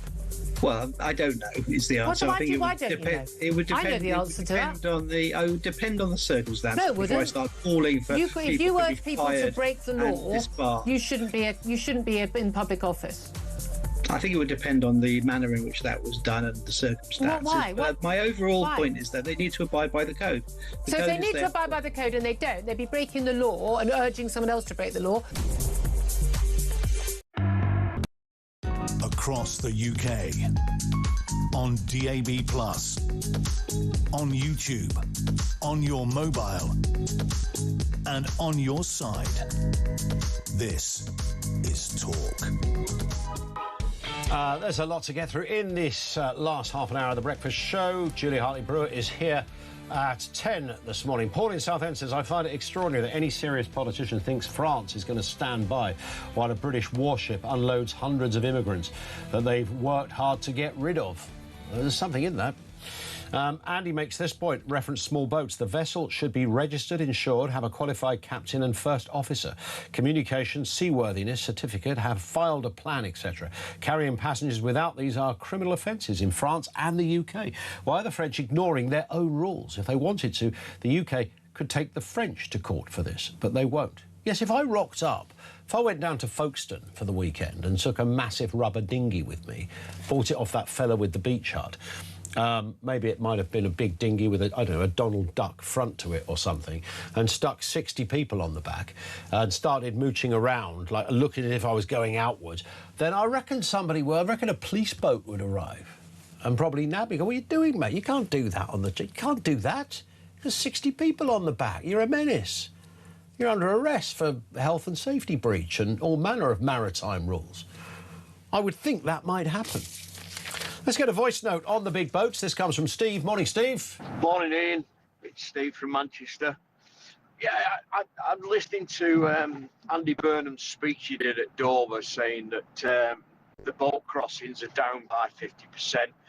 Yeah, they're at the same level they were when the Tories were in power, and then they shot up when Labour took over, and now they're back down to the same level. But he's talking about opening safe routes for these people to come across. Does he not realise that the reason why these people come across is because they don't want to come here via the safe routes, because that means they would have to have a job, they would have to pay taxes, and these people don't want to do that. They just want to come here, claim as much benefits as they can, and sponge off the black market.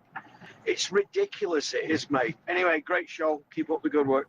Good man, Steve. Thank you. Bright and sunny Manchester. That's Steve. Let's just get an update on the story of PC Andrew Harper's killers, who will be now kept in prison. This was announced by Angela Rayner's department, curiously. She's, of course, not the minister in charge, but I guess holidays and all the rest of it. She's a senior cabinet member. Number 10, U-turned after a solution was identified. And as Isabel just said, that solution being not to let them out of jail. Brilliant.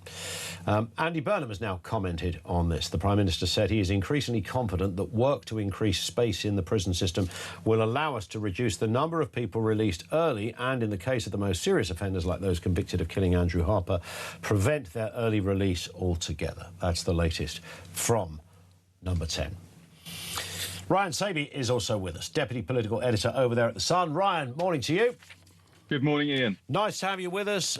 Massively impressed by the Sun splash this morning, not least because of the, as ever, everything the way it's worded and the way the story is told. But I don't know how often this happens when a front page picture gets splashed across the back page as well, to be able to illuminate the point of the length of this boat that crossed the channel. It's a essentially 50-foot mega dinghy. And the Sun worked out, well, to do this justice, we'll move on to the sports pages as well. Yeah, it doesn't happen very often. We often have on big events during the World Cup and sort of big showbiz events. We'll have it across the front and back. But in terms of just showing the magnitude of how big the small boats, or shall I say the big boats, have got, we've had to show the picture running into the sports pages. So it just shows you, how ridiculous this situation has become, where boats, just a few years ago were bringing over 30, 40, 50 people. It's now getting into sort of, well over 100, 200 people. And, you could carry those people on a jet coming from France. So it's totally out of control.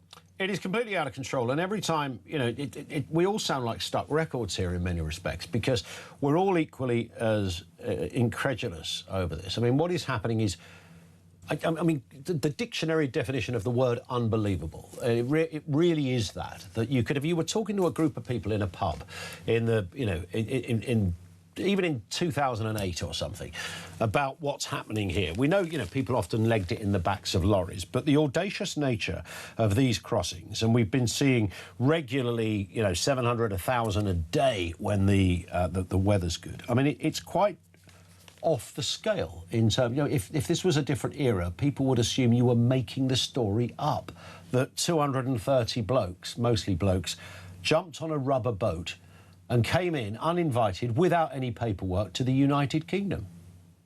Yeah, you look at the circumstances around it, and I believe that boat or other boats who have been making that journey in recent days have actually been stopping at different points along the French coast to actually pick people up. These people smugglers will stop at nothing to ensure they get their money and bring as many people over as they can. But it wasn't that long ago where we had experts talking about the small boats carrying 60 or 70 people, how dangerous that was. On this situation, these boats, I mean, Keir Starmer, when he was in power, was all about trying to actually get to these boats at source and actually try and sort of destroy the sort of production of them. That seems to have been totally blown out of the water. How are these boats being made of this size, and how they are not being detected along the French coast? And bear in mind, Ian, of course, that it's £1 billion, give or take, that we'll be paying the French from, over deals over 6 or 7 years to try and stop this. I think when, Shabana Mahmood, the Home Secretary, and Andy Burnham, they really need to sort of go over to Paris and sort of bang some heads together on this, because we look at these pictures and, as I say, it's getting totally out of control. Well, you would think, I think Isabel made the point, and certainly a few others too, if nothing else, then the Prime Minister would say to France, look, we're not going to give you any more money, because clearly whatever we were giving it to you for is not demonstrably, objectively, evidently, it's not working. Yeah, it was interesting, actually. Last week we had a government minister who said that ministers and trading standards had been into places like nail bars and sort of Turkish barbers, saying that they are cracking down, and 2,000 people over the last couple of years had actually been sent back. The government minister that sends a message that people will be sent back to France. Well, let's have a look at the numbers. I think over last year we had 40,000 people come over.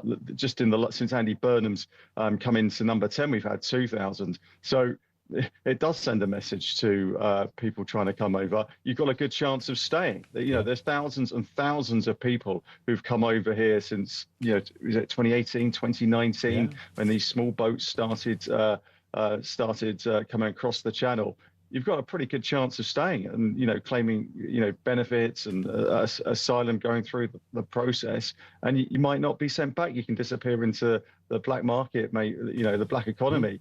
And you have a good chance of earning a living and sort of disappearing. So, it does send a message, come over. Well, indeed. We were just crunching the numbers a little earlier on this, Ryan. Over 200,000. It will be approaching that next totemic figure of 250,000. Potentially by the end of the year, we'll be in that sort of territory. In the last 8 years, I mean, this is a huge number. We don't ever see any data about how many of those people have been returned, how many of those people are still being processed, how many disappeared into the black market. I don't even know whether there's a database kept on this. When you go to the Four Seasons or the Holiday Inn or wherever the hell it is you are transported to from Dover, does anybody do a regular check? Is there a register every day? Well, we had 38 people staying here this morning. There's only 35 today. I mean, do they even do that? We don't know any of this stuff.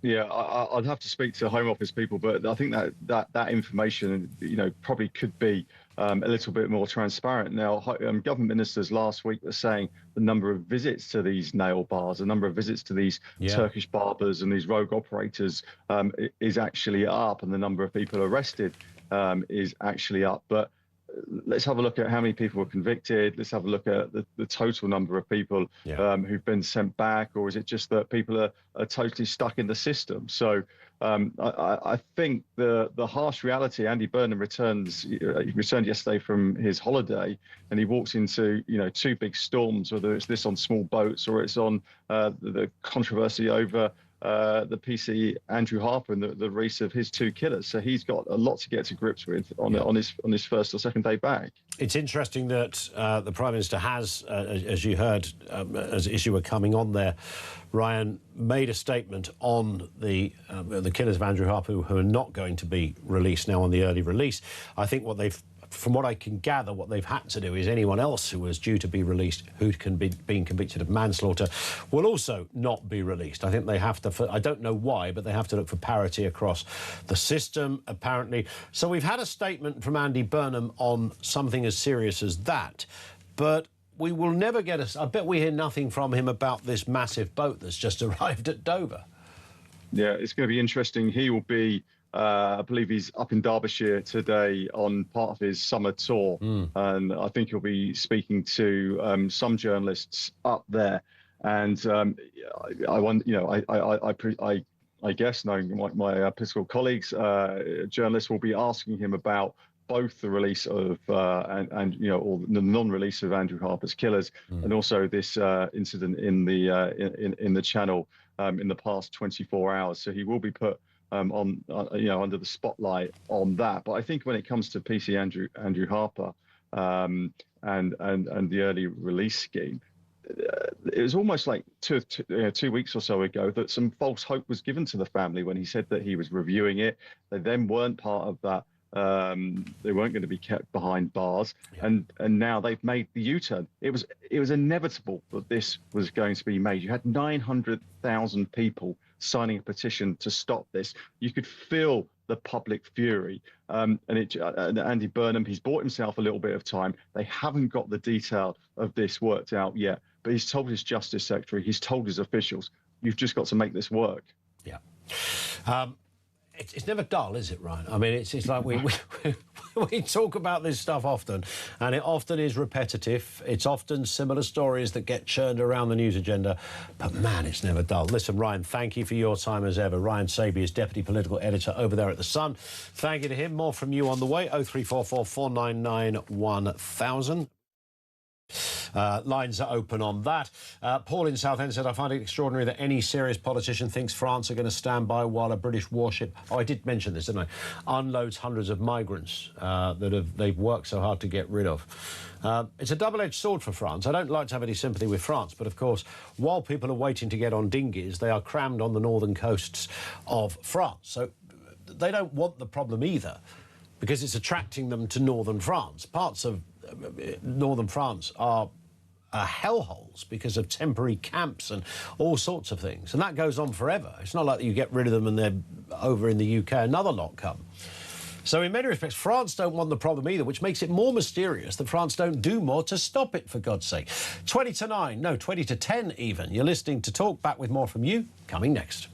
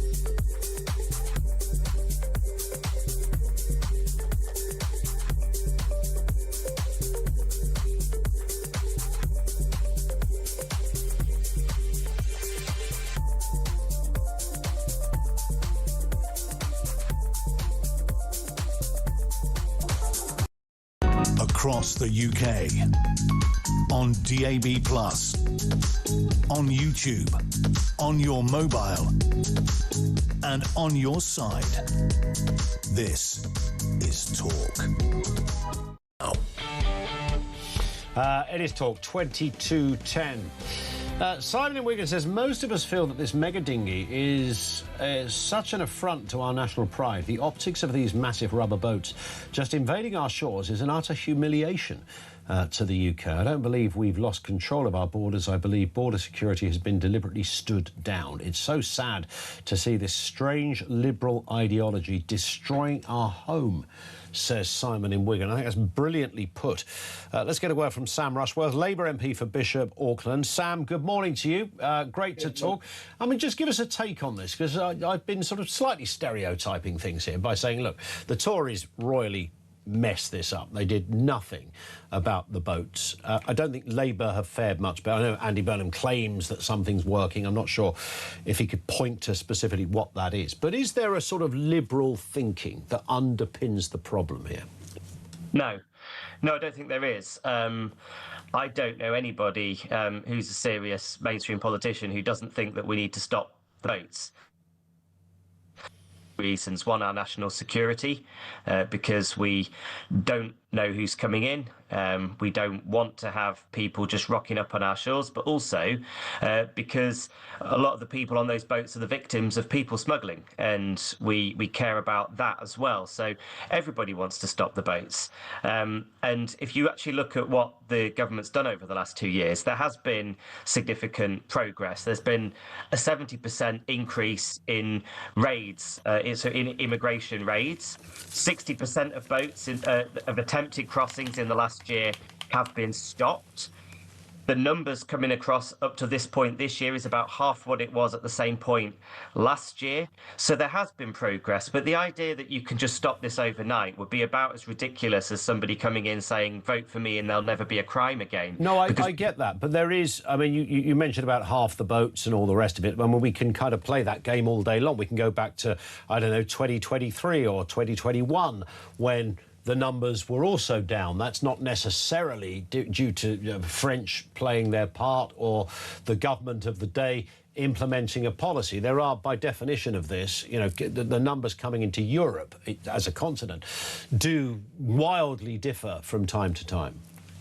Yeah, you can look at the number, you can look at other numbers. You can look at the fact that 60 to 65% of attempted crossings have been stopped, or you can look at the fact that there's been a big increase in arrests of people smugglers under this Labour government. The National Crime Agency has been doing its work on that. So we can see that there is a genuine concerted effort and there's genuine progress. This boat that's just come across is really shocking and worrying. It's the biggest ever. But you know what? The second biggest ever was in July 2023, when 165 people came on a single boat. Now, who was in charge at the time?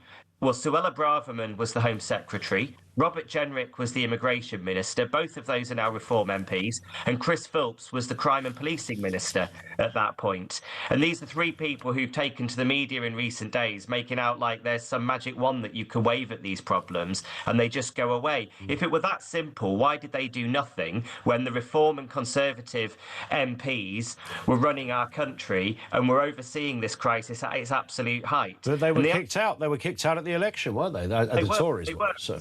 And two of them have now joined the Reform Party, and they're pretending to be the solution to a problem that they helped create and that they certainly did nothing about. And they're making out as though there's some easy solution to this. Well, if there is, they would have done it and they wouldn't have lost the election. Didn't they argue, though, Sam? Sorry to interject, but I'm certainly not here to defend Mr. Jenrick or Suella Braverman. But didn't Robert Jenrick resigned as immigration minister because he felt the policy that should be in place wasn't in place? And Suella Braverman, as you remember, wrote a fairly lengthy resignation letter highlighting the ineptitude of what she saw as the current government policy, that it wasn't fit for purpose. So they could argue back to you and say, yeah, you're right, it wasn't right, but it wasn't in my name. I legged it because of the very reasons you're raising, Sam. I mean, she was the Home Secretary, so she was in charge of the policy. I think their resignation letters had a lot more to do with the internal wranglings of Conservative Party politics and who was looking for new jobs. Well, maybe that was the case. What both parties seem to share here is this. This is where my problem is, Sam. If I said to you, look, 230 migrants, mostly men. There were some, I think there were 20 kids on this particular journey, which is, perilous enough. And so, it compounds the horror or the potential horror when children are on board. If I said to you 230 migrants, how many of those mean us harm, particularly to women? Of course, we don't know the answer to that. And as I said at the beginning... And that's it, isn't it? That is the answer. That's the problem. You've just answered the problem right there. We don't know the answer, and yet we still let these people in. I mean, and I said at the very beginning, this is a problem. I think we also do need to make sure, though, that as politicians, that we calm some of the rhetoric and fear around this. I mean, if you actually look at crime statistics, it's simply not the case to say that all of these people are a threat. No, I agree, but you just answered it yourself. We don't know which ones are a threat, Sam, and there's the problem. We don't know who these people are, and a lot of them are coming from conflict zones, and that's what no one's pretending this isn't a problem. And the government has made big strides in dealing with it. This is obviously a big setback, and what we need to do is sort of double down and make sure that we work even harder and that we resource even better those measures that are appearing to have success. But the bit that I can never get my head around, I'm just sorry to sound like I'm repeating myself here, and I apply exactly this to the Conservatives as well. We don't know, which I absolutely believe, even if you take an ardent right-winger, on a good day they will say, yeah, of that 230, I'm pretty sure 225 wouldn't harm anyone. That's not what they're here for. We can argue why they're here, but they're not here for that. But 5 might. So we're playing Russian roulette. And when those people arrive, if you did this at Gatwick Airport, if you jumped over the border at Gatwick Airport, you'd be in a prison cell for the remainder of your time before you're booted out the country. But if you do it on a boat, you are processed very lightly at Dover and then placed into a hotel. We don't know who you are, where you came from. I mean, come on, we can all see that is not just wrong, but it's dangerously wrong, Sam. So biometric information is taken from those... To a degree. So I'll give you an example. One of the people that we sent back to France through the 1-in, 1-out deal tried to come back here. Because we had the biometric data, he was detained for 5 months and then sent immediately back. So we do take the biometric data from people to know who they are. But do you know what? One of the things that would have really helped with policing this is if we were still in Eurodac. So when we were in the European Union, we were part of an EU-wide system where we could take that biometric data and we could see the police records in other countries where those people had been. We could see what stories they told the authorities then and compare them to what they're telling us now. And that was better for our national security. Boris Johnson, in his botched Brexit deal, chose to leave Eurodac and basically left us defenceless in that regard. Now, I would like to see Andy Burnham do all that he can to persuade our European allies to allow us back into that intelligence sharing system, because that is one of the single best tools that we could have to tackle this crisis, and we chose to leave it. You just mentioned, somebody just mentioned this to me, that the previous biggest boat had 165 people in it, on it. That was 2 weeks ago. I believe in July 23, there was a boat with 165. OK, so there's been 265 boats then? Yeah, I mean, look that up. I'm pretty sure I'm right about that. OK, well, there may be some debate. Maybe this isn't the point to debate specifically that. But when you said it, I thought, I'm sure there was one 2 weeks ago with that. So perhaps there'd been a previous 165er, or whatever the nautical term is. Briefly, Sam, while you're with us, Prime Minister Andy Burnham saying he's increasingly confident that work to increase prison space in the system will allow us to reduce the number of people released early. We now know that release about an hour ago that the killers of Andrew Harper will not be released. Your response? Yeah, I certainly hope that that's the case. I mean, look, you always need to have a certain amount of early release, because that's how you get good behaviour in prison. And if people don't like that, then we need longer sentences and still need to have an earlier release from the longer sentence. But obviously, nobody wants to see people released with only a third of their sentence served. I feel this really personally, actually, because I've got a constituent who was just very badly beaten up by a man who was released out of prison after only 8 weeks, and who was clearly a danger to society. I've got many constituents in those sorts of situations, but yet again, it's another area of government that was completely broken. To think that the previous government closed so many prisons, failed to build the prison spaces, and left them at this point where police were saying we can't arrest anyone because we've got nowhere to put them, and then they call a general election and run away. It's so important that we build the prison spaces that we need as quickly as possible. Are we building them, though? Because, I mean, I keep wondering about this. Nobody ever seems to see an image of a partly built prison.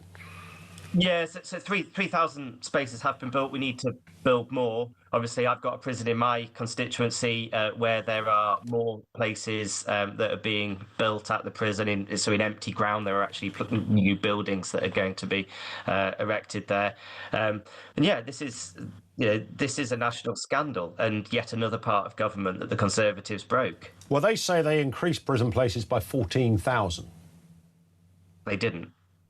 I mean, that's not true. The stats don't show that at all. Is that up there with the 165 people in a boat 2 years ago story? Well, I mean, they just didn't. They closed prisons. They didn't do enough. They left prisons at 99.999% full. I think that's widely known. Well, whether it's widely known for the Tories, and again, I give no credit to the Conservatives for the heady levels of ineptitude that they seem to achieve and even exceed sometimes in so many areas. But, of course, now it's under your watch, isn't it? I mean, this is now a Labour Party story. Everything that happens now, you've been there over 2 years, you've got a new Prime Minister. Do you sense there's a general election coming up, Sam, any time? What's the intel? Come on, you're a good bloke. I know you're a lefty, but you're a good bloke despite that. And we're hearing, there could be an election. What's the intel? Give us the lowdown. I'm afraid I have no idea if there is an election coming up or not. I think it's quite frustrating, actually, that Andy became Prime Minister right at the start of parliamentary recess, so we've not even really been around each other for me to even pick up any intel. Right. Well, do let us know as soon as you know if that's a deal we can strike here this morning. I think I will probably know about the same time you do. That's life as a backbench MP, I'm afraid. We'll give it a go. Sam, thank you. Sam Rushworth, Labour MP for Bishop Auckland, with us on the programme with his assessment of why Labour are doing quite well on the immigration thing. It's really interesting. When he said that there was the previous big boat had 165 migrants. So, when somebody says something, you think, I don't remember that, but I do remember it a couple of weeks ago. And you think, well, look, I won't shout too loudly yet because maybe there's something I've missed. But I think I don't remember that. So only one person knows why I'm now laughing. I'm grateful to my colleague, Kevin O'Sullivan, who very quickly sent me a text saying, 165 people. That was 2 Fridays ago. And I thought, yes, it was, because we talked about it, didn't we? We talked about it at the time. I thought, well, maybe Sam Rushworth is referring to a previous 165er. But we can't find any evidence of this 165 2 years ago. So I don't know whether Sam had Googled something and found 2 weeks ago there was 100 and misread it for 2 years ago. I don't know. I'm just trying to guess. But Kevin did rather helpfully confirm exactly what I was thinking at that moment, that, yeah, it was 2 weeks ago. I can't read you Kev's last text and his assessment on our last guest. It's killed me. It's probably what a lot of you are thinking. 0344 499 1000. This is Talk.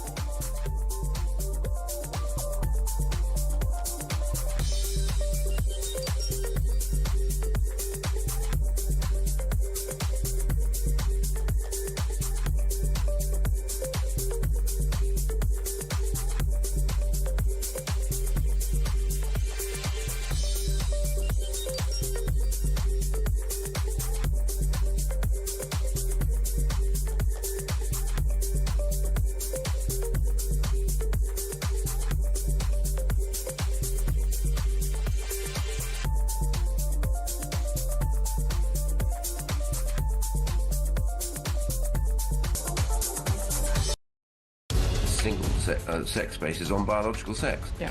And therefore you cannot have people going into a women's space, which is for women only, who is not a biological woman.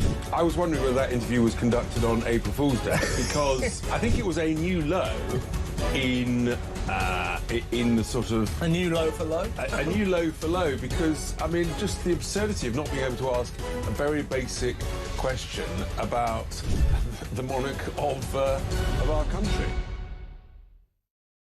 Across the UK, on DAB+, on YouTube, on your mobile, and on your side. This is Talk. This is indeed Talk. Welcome back, the home of common sense. Lots coming up, including Julie Hartley-Brewer after the news at 10 o'clock. Good morning. Hola. I mean, since we've got, Costa del Sol weather, may as well, Yeah, it's all right, isn't it? That's about all my Spanish, to be fair. Dos cerveza. That's about it. But anyway, I mean, I don't know, why wouldn't you come here on a I don't know, a boat or a plane or I don't know, a mega dinghy or not, but enjoy the weather?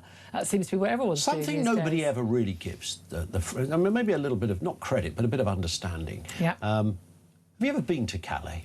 I mean, to be fair, I mean, the only thing you want to do when you go there, you want to leave. Stock up on some booze. Yep. And then head on over. I mean, that mega dinghy. When you see, we were talking about it on the show yesterday. It broke in the morning. Yep. And then when you see the pictures, the fact that it's longer than a 737. So when you go on holiday, you're on a jet that is smaller than that dinghy. It's longer than a train carriage. It's longer than a double-decker bus. It carries more people than like the crew of a naval vessel.